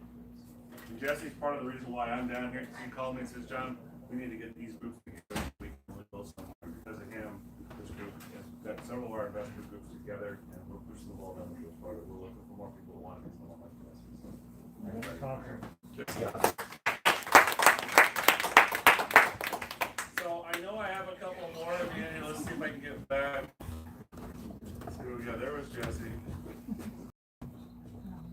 That's Joseph. I'm not sure who that is. That's Stephen Quinn. We've got different people. All right, so I think we're just a little out of order. So guys, I'm not gonna get anybody else up here. I could. Let's just see. We'll see what comes up. Presentation. So myrenovation.com is where you'd like to go to just check out the information that I'm gonna send you through right now, and then remember the guide here to understand it. I went through this educational system here about 8-9 years ago after being a seasoned investor for almost 18-17 years. I got 8 deals in a year was the most I ever had completed in a 12-month calendar year period. That's 17-18 years, okay? Not bad. I've had years where I didn't work, and I've had years where I worked a lot. Okay, but usually it seems like by June, I was done. I lived in Seattle for the most part, so if I could get most of my deals done during the middle of the winter, I get to go play. I like to fish for salmon and go hiking, camping, and just get out. And then by September time, come back and work sprint hard for the rest of the year. I always make my plans, my goals in November for January. I don't figure that January is a good time to make your goals. I should already have my plan started around Thanksgiving for what happens in January. So if you're part of our team, we'll start talking about your goals for next year this November. Okay? And then that way you can around running when everybody else is thinking about what they're doing over and waking up after the Super Bowl. Well, not the Super Bowl. Super Bowl, that's next month. But now it's back into February. It used to be in January. Anyway, so what happened to me is I went through this class, and as it turned out, I went and listened to this guy, Bob Snyder, who hired a PhD and learned what's called the ISD process, 100 level classes, 200, 300. Learn the small stuff like we're learning before you get to the advanced. In other words, learn the anatomy of the body before you do brain surgery. Learn to understand, from an engineer standpoint, how a plane flies before you learn how to fly the plane. Some people say, oh, hey, man, you read a book today? Just jump in the plane and take off. The 200 people behind you, they don't have no problem. You read the book, right? Yeah, right. So that's how they teach real estate investing. Come to a 3 or 5 day boot camp and learn how to real estate invest. I was 8 out of 392 people in Seattle. I don't know how many people did after that. I just know very few people were doing it around me because of the way we were learning. Okay? He found, Bob Snyder, the guy that owns Renatus, that if you took trained investors, industry professionals, practitioner instructors, they're the best people to learn from. People that are actually actively doing it or have done it recently, so that they can tell you today's world how to do foreclosures, today how to do wholesale. Okay? Well, what happened to me is I went through that, and I got a call from this guy. And he said, John, I'd like you to teach one of my classes. And so it ended up happening to me. I was a student, went into this system, and I'll just let you know right here that we've got live and online information, and we've got some of the best after class support you're going to find out there in the country because of what you see happening right here in this room and the rooms next to you. We are forming a community. And we're learning as we form a community. And so here's what happened, is that I got to be what they call the face of Renatus. And so because of alphabetics, not because of how I look, but the auctions is alphabetically first. I'm a student that went to Renatus and became one of their instructors. And so I teach the auctions class for Renatus. It's what happens at the end of the foreclosure timeline. You're in foreclosure for 3, 4, 5, 6 months. And at the end, if you can't figure it out and do a short sale or a cash deal or list it or do bankruptcy or whatever it is subject to, at some point, going once, going twice, 3 times sold at the auction. And I found that was the way to buy houses. That's how I went from 8 deals after being in Renatus first year to 25. Second year to 37, and the high water mark for me so far is 42. So in 3 years of learning all the different things that I didn't know, in addition to foreclosures, I got to do 4 times as much as I'd ever done in 17 years. I got up to 8 deals as most ever did. So Bob Snyder called me one day when I was at the auction and said, I'd like you to teach one of my classes. And I didn't really understand what it meant because I was on the phone with my buddy who was in one city, Seattle. I was in Everett. And we were both big on houses. Said, Bob, I know I've got your phone number. I'll give you guys my phone number if you want it. He gave me his when I saw him at some other classes.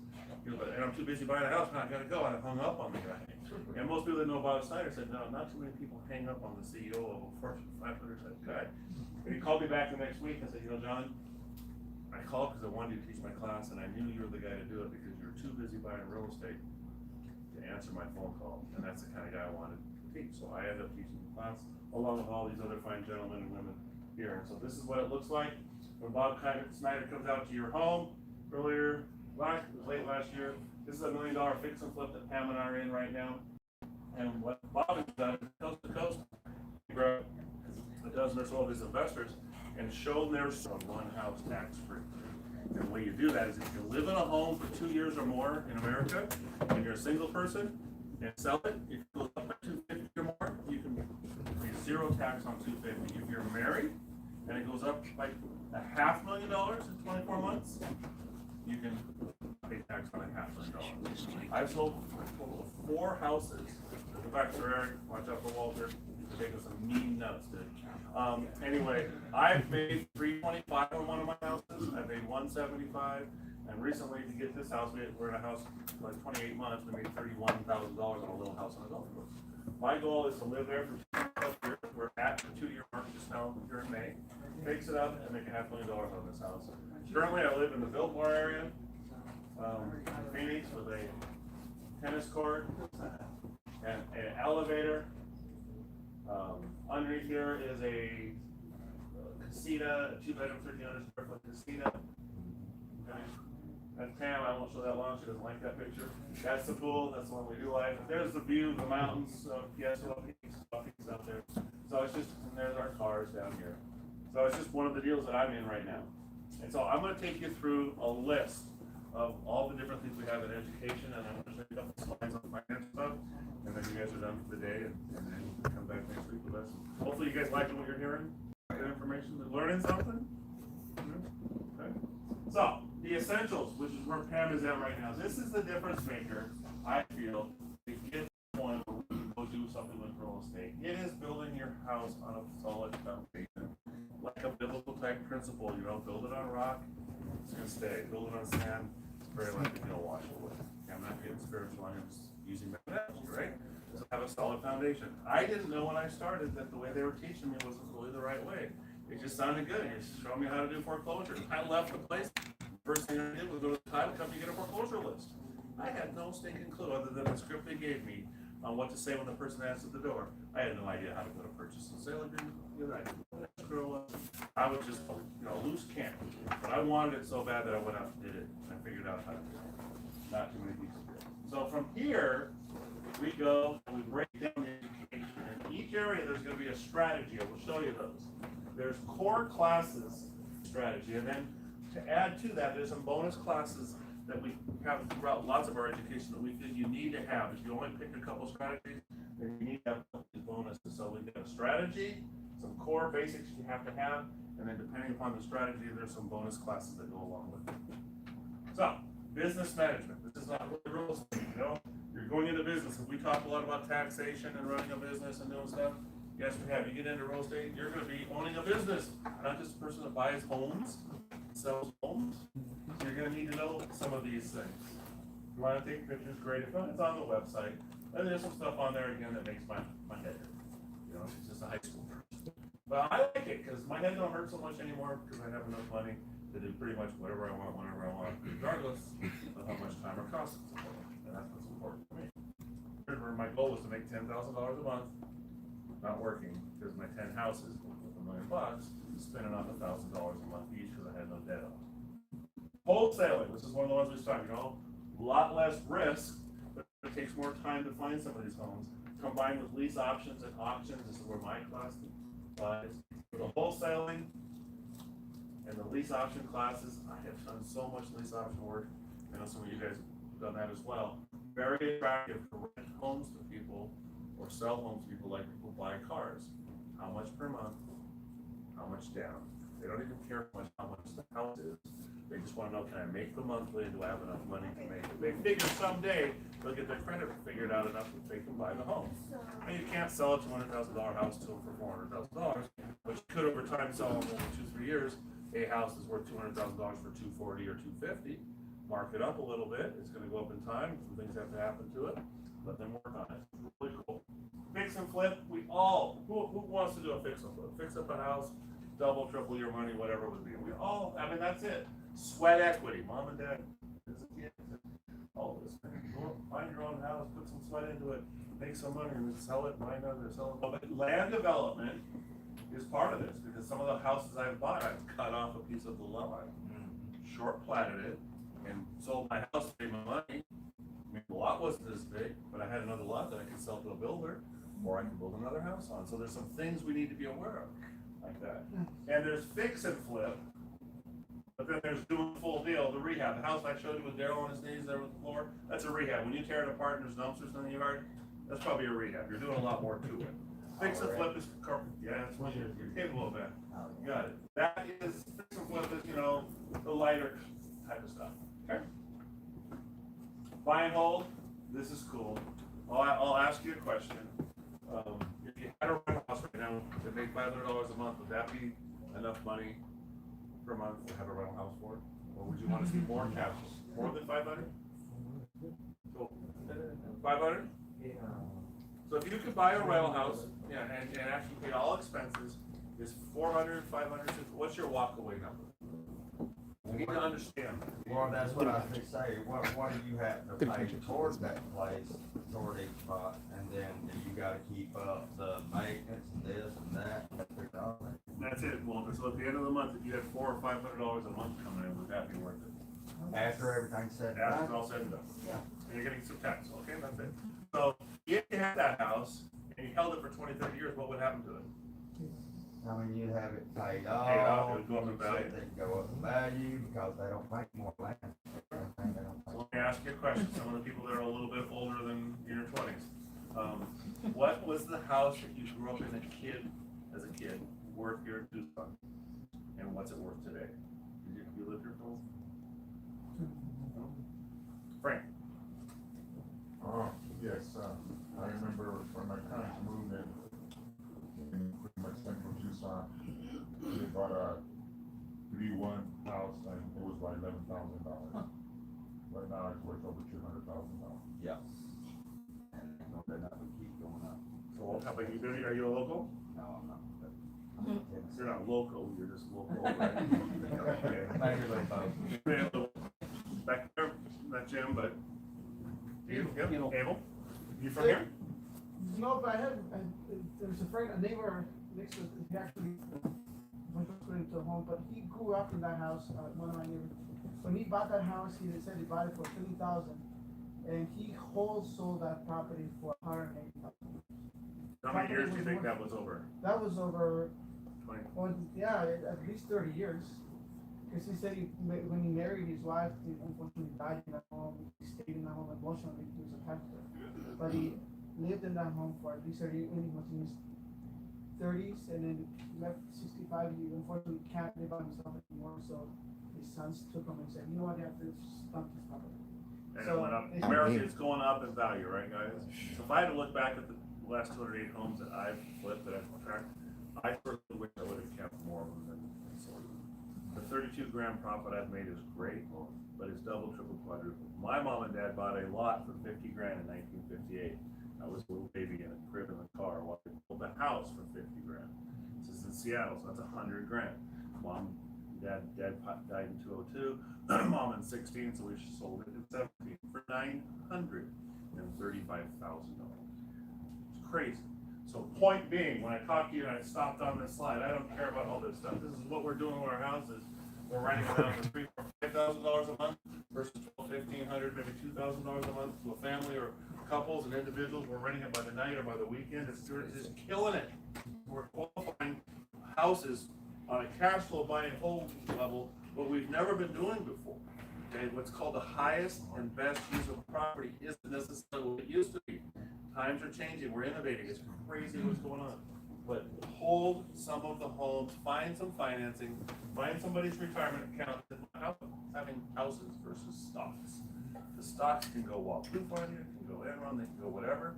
Even real estate, when it goes down, you still won't have to pay the rent, you get the tax deductions and the mortgage, depreciation. All right, multifamily. We'll go rip and pound. I'm watching the clock back. I want to get you guys out of here before 11. I mean, 9 after 11 after 9. So multifamily. We got some of the best guys in the world around the country that teach us how to not only get the properties, but manage the people that are managing the property. Have you ever thought about fix and flip apartment buildings?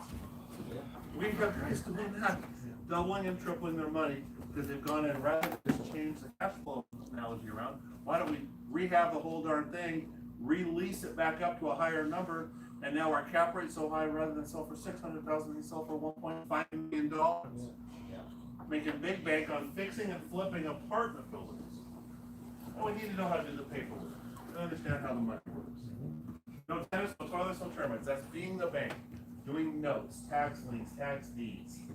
You guys have heard of those, right? Buying houses for the value of the taxation. People can't pay their mortgage, they can't pay their taxes. At some point, the company, the county, the state will put a lien and foreclose on it, and you can buy a property for its tax value. Several different ways to do it. And there's amazing ways to buy notes and mortgages. The barber that my dad used for years, I didn't know it back then, his name was Ted. Ted would come down here to Phoenix and he'd buy mortgages, notes. And he goes, yeah, that's a great deal. I take all the money I make being a barber and then I use this money. And he buys mortgages on people's houses that they got out in trouble. So they sold the mortgage off, and then after a while they refinanced the mortgage and paid me back, and I kind of kept 15, 20, 30% return of my money. And every once in a while I got a house. I didn't know what to do with it, so we sold it. We bought more mortgage notes. Crazy. Just how does a barber figure that out? We got it in. Short sales of most of our homes at pretty much 100% of our value from a homeowner occupied level. Okay, 5%, 3.5% down FHA conventional loans. But you know, I know two people right now, one in our family, just closed on Monday. You get a loan on a home, Bank of America's got billions of dollars they need to get out into home mortgages. And you can get almost 0% down mortgages if you qualify. If you make too much money, you don't qualify. I don't know what the number is. Some will do 50 to 80 based on your zip code. But if you make less than that a number, you qualify for B of A. If you make more than that, you can still get in for almost nothing down on home these days. And so when that happens, and all of a sudden we start slipping, guess what happens? We owe more than it's worth, and we have to learn how to discount the bank. The bank. Very popular, something I've done. I took 2 seminars. One was 10,000, one was 12,000 for that. Way back. We go to commercial after that. I'm just gonna rip through it, guys. Retiring in real estate. Gotta figure out at the end of the day, we want to retire, right? Wealth acceleration. This is something where it's how much money you keep versus how much you make. Pam and I are going through this with people right now. We are on this class, going into this one up in Phoenix. We're taking these people straight through that, just like Pam's doing in there. She's double dipping this month. She's doing the essentials with you guys, and she's doing this up in Phoenix with me. So we're learning what to do with our money after we've got it. Okay. Short-term rentals. That's just because of the trend. We're innovating. We're now needing to learn how to do short-term rentals. Okay, so how do you get started with this? There's 5 different buying options or investment options. I'm just going to lay out the education. I'll compare it to what standard or typical education would cost, okay? So the essentials we have is 10 full-day classes. We have live weekly group coaching every Tuesday, online. The whole country you saw there gets to call in and get some coaching. It's a 12-month program, and you can have somebody do it with you. Okay, so you have a partner. So it's you and somebody for $19.97. You get complimentary lifetime access. I'll explain to you that. You can read it there, but I'll explain to you here in a minute. If you want to just pick 2 of what you just talked about, all those learning paths, there's 11 of them, right, JC? Up to 11. You can pick 2 of those, and all the same thing. It's recorded it's live in studio. You can go, one of us can go to it, you can watch it online. We have access to the weekly coaching. It's all downloadable, 12-month period, and you get a learning partner. This is the only one where you get just 12 months and no lifetime access. They figured if you're going to learn 2 strategies, you can learn that in 2 years, 12 months, 2 years. Some of us 2 years. But for me, it might have been. But what we do is you pick 2 and you get 12 months. You have this, you get this for the rest of the life of the access of the company, or of your life, if you will. If you want to combine these 2, that's what it would look like. It's $8,000. Okay? Or you can buy everything that you've seen from all those learning paths, with the exception of this, for $17,997. Everything that Renatus has to offer is $19,980. All right, and so here's the 3 buying that we see happening. We recommend that everybody do the essentials before you get into your advanced education. You can pick 2 of the classes and combine it with the essentials, or you can pick all of them and combine it with the essentials. Okay? This you're gonna have 2 of your paths expire after 12 months. This is gonna go on forever. Long as you're in good standing with the company, you get to keep this and this, okay? And it'll switch. So here's the complimentary lifetime access, we'll let you read it, and we're almost done, guys. You just have to be in good standing. We don't want you to bring bad things on this company. We don't want bad things to happen to you, but as long as everything works fine, the lifetime of the website has been going on since 2011. This company is expanding and growing real fast. We're at that point where it's really starting to break out. It's kind of a crazy economy. But then we hear reports where self-education right now is being purchased millions of dollars a day and going to billions of dollars in a year. And so this is what you're seeing is self-education at its highest level. There's nothing that I know that insurance does. I've been around a while. When I saw it for 20 grand, well, at that point, no big deal. I spent 50 grand, 20 years running out. You're going to give me all this for 20? Like I said, if I had found this 15, 20 years ago, it would have been a whole different story.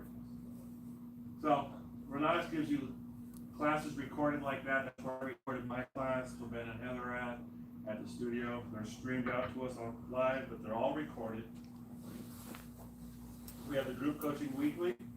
Everybody, unless you are the one that buys everything, that's the $20,000 program. If you buy the $20,000 program, you get 6 one-on-one coaching sessions to help you understand who you are as an investor and the market that you're in and the climate, the type of money you've got, the type of credit you've got, the type of personality you have. Are you going to buy Walmart houses, Target houses, or Nordstrom houses?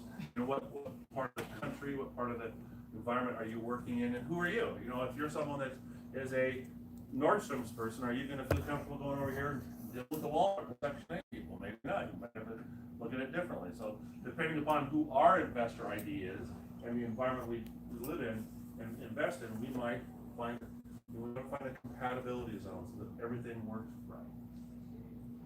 Live customer service, they have some of the best live customer service out there, in my opinion. They do really, really well. So let's just look at, and this is something new. We didn't have this last weekend, but I got curious. What is the tuition cost of local college? And I don't have your college. What college are you going to? I'm going to U of A. It's the LA College of Business. And you know, so you know U of A. So $11,769 is what it said online for 1 year, without books, without anything. That's just tuition. Before scholarships. Before scholarships. Okay, so you got it down. But this is the number that average rank and file. It's about $12,000. Go to ASU. These are in-state numbers. If you're out of state, double or triple these numbers. If you're coming from New Mexico or California, it's expensive. The Grand Canyon, is that what it is? Grand Canyon University. They're popular up in Phoenix. A lot of people go in there. 17 grand. This is not books, this is not tuition, nothing. This is just the right to go to the school, pick the classes. University of Phoenix. Now we are modeled after the University of Phoenix. University of Phoenix pioneered online education at this level, okay? And that's what they charge, okay? 1 year, 1 path. We just showed you 11 paths plus a foundation path for 20 grand, and you can take another person with you. Can you take another person with you here? No. You gotta pay for it. Huh? The MRS. You get the MRS degree. Here's what's sad. Graduation rates range from 20 to 56%. Now there's different numbers. I Googled so many different times. It's like sending your taxes into 10 different people, getting 10 different answers. I go, come on, you guys. One of you's got to match. They don't. Okay? But, you know, a fifth to a half of the people will graduate. 34% quit. You know what the quit ratio is of the real estate investing business? It's high. The quit ratio in this investment community is not as high because of what you're seeing going on. I told you, 8 people out of 392 were still in touch with the company. Now, I've been coming here for 3 or 4 years, and I'm seeing like 8 faces, 9 faces that I know, maybe 10, here tonight. Okay? My feeling is if you stick with it with us long enough, no one can make any claim to fame. And if you're at this for 2 years, 2/3 to 3/4 you'll be real estate investors. Not just what we saw happening here in this room, okay? Education costs have gone up by 170% since 2004. Now, we're honest, we'll do something that's really interesting. Was they added the life started, There were 17 instructors and 27 classes. Currently, there's 31, if I'm keeping track, 31 of us, and 64 classes or 60? JC, you know? I think it's 64 classes and 31 instructors, or 32 instructors. There'll be, by the end of the year, there's supposed to be like 68 classes. Yeah. So they haven't changed the pricing to add to that. And as stuff comes on, and it's updated, we're re-recorded. I've re-recorded my class not just twice. The tax class is literally recorded almost every year to keep up with taxation. It's timely, okay, and it's updated. So, and there's no additional cost. So, I saw this, and it blew me away when I saw this back in the early days of Renatus, and I thought that I was doing well. Remember, I said I had $10,000 a month coming in, and that's what I was shooting for. And I looked at that, I knew I was a millionaire. So I'll ask you this question. In your life right now, are you where you think you would be from a financial standpoint? When you thought about it years ago, are you today where you thought you'd be? Beyond. And I wanted to make $10,000 a month. And so here I am. And so what this chart says is if you have 20 years left and you wanted a certain dollar amount, this is the net worth. I didn't realize, I went, whoa, I'm not where I thought I was at. I was worth probably 1.1. I wanted 10 grand. That's what I needed. If I wanted to draw it down by 120 grand a year for 20 years, I was off by 3 times. All I had accumulated was enough to have $3,000 a month. So think about it. What's your number? Is it big enough? Mine wasn't big enough. I wish I would have gone for more than 10 houses. I wish I would have gone for 25. Wish I would have gone for 250.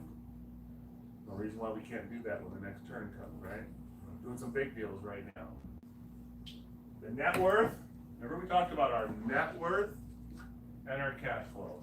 We want money coming in after all the expenses to maintain these assets so that we can have a lifestyle to go do whatever we want, whenever we want, wherever we want, with whomever we want to do it with. In other words, we want to take some of your people with you and have some money to do this stuff with.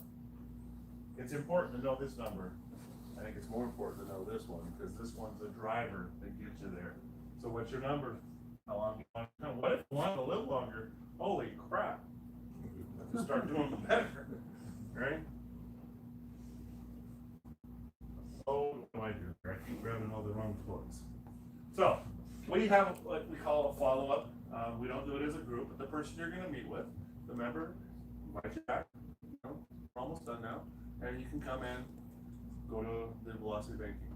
If you want to meet with someone and follow up, we'll demonstrate our education. We'll open up our computer, show you what that is. We'll answer questions. We'll talk about what's coming up, okay? A lot of us is finding funds for education, let alone finding funds to start a business.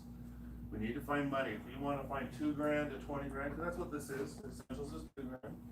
Everything we've got is 20 grand. If you want to find a way to find that kind of money, what do you think your chances are of going out and raising a couple $100 grand to find a house? If we can't find a way to come up with 2 grand or 20 grand, what are our chances of really going out and finding 200 grand? Not as good. So we want to show you how easy it is to find money, and there's a ton more. So what we do, we don't have a side table, we have a back table, but you can go into the back and sign up for next week's class with Velocity Banking. If you would like to follow up with the person that got you here, the member, ask them to show you what's going on, answer some questions, talk about upcoming events. We just want you guys to do one of 2 things. I like what I saw, but I'm not interested. That's fine. That was cool. I learned something. That's great. I like what I saw. I want to come back and check you guys out. Is this for real? Let me touch and feel and play with this thing a little bit. Because if it is, this could be a life changer for you. Because we feel like we're going somewhere in this group, and we know we are, and we want to take some other people along with us. And we're looking for you guys. And we know you're looking for us. So we're just one of your options out there. I'll let you guys sign up. We're done for the night. I really appreciate you guys' time. If you have questions,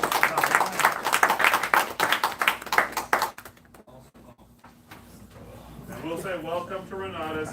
It's right for you. We're here for you. Well, folks, I'm getting back to you all right? Remember to email creditwiz@investorpro.org if you have any questions or anything that you would like to inform me of. I want to know that, all right? And I also want to inform you that we're going to be, the book is going to actually be coming out either Saturday or Monday. Okay, it's called How to Rob a Bank, right? And Get Away with It. Absolutely, that's what the Kindle, and I will be coming out with a paperback. One of the viewers, definitely won't mention the name, said, "Hey, I'm not gonna buy the digital. I want to buy the paperback." You'll definitely get the paperback. We're gonna be making that. Hey, priestess, I know you. What's going on there, Michelle? Listen, we definitely want to hear from you. I know you're doing well. I know you're busy and everything. I'm so proud of you. I'm so proud of you. And listen, if you need more assistance, got something for me, huh? Great. That's great. Awesome. Hey, I'm looking forward to it. Credit Wiz at investorpro.org. All right. Listen, we're here for you. Mention the comment, or if you want to do the email, you can do that as well. Okay. God bless you, and have a great night. Okay. What? No way. Really? A credit product created and inspired by you. Okay.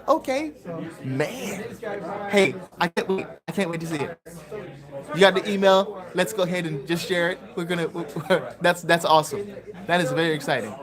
Very exciting. Nice. Yes, send it. That's right. So interacting. That's what it's all about. So Priestess, Dwayne, Patrick, Doc, Drip Sauce, don't forget to email me, all right?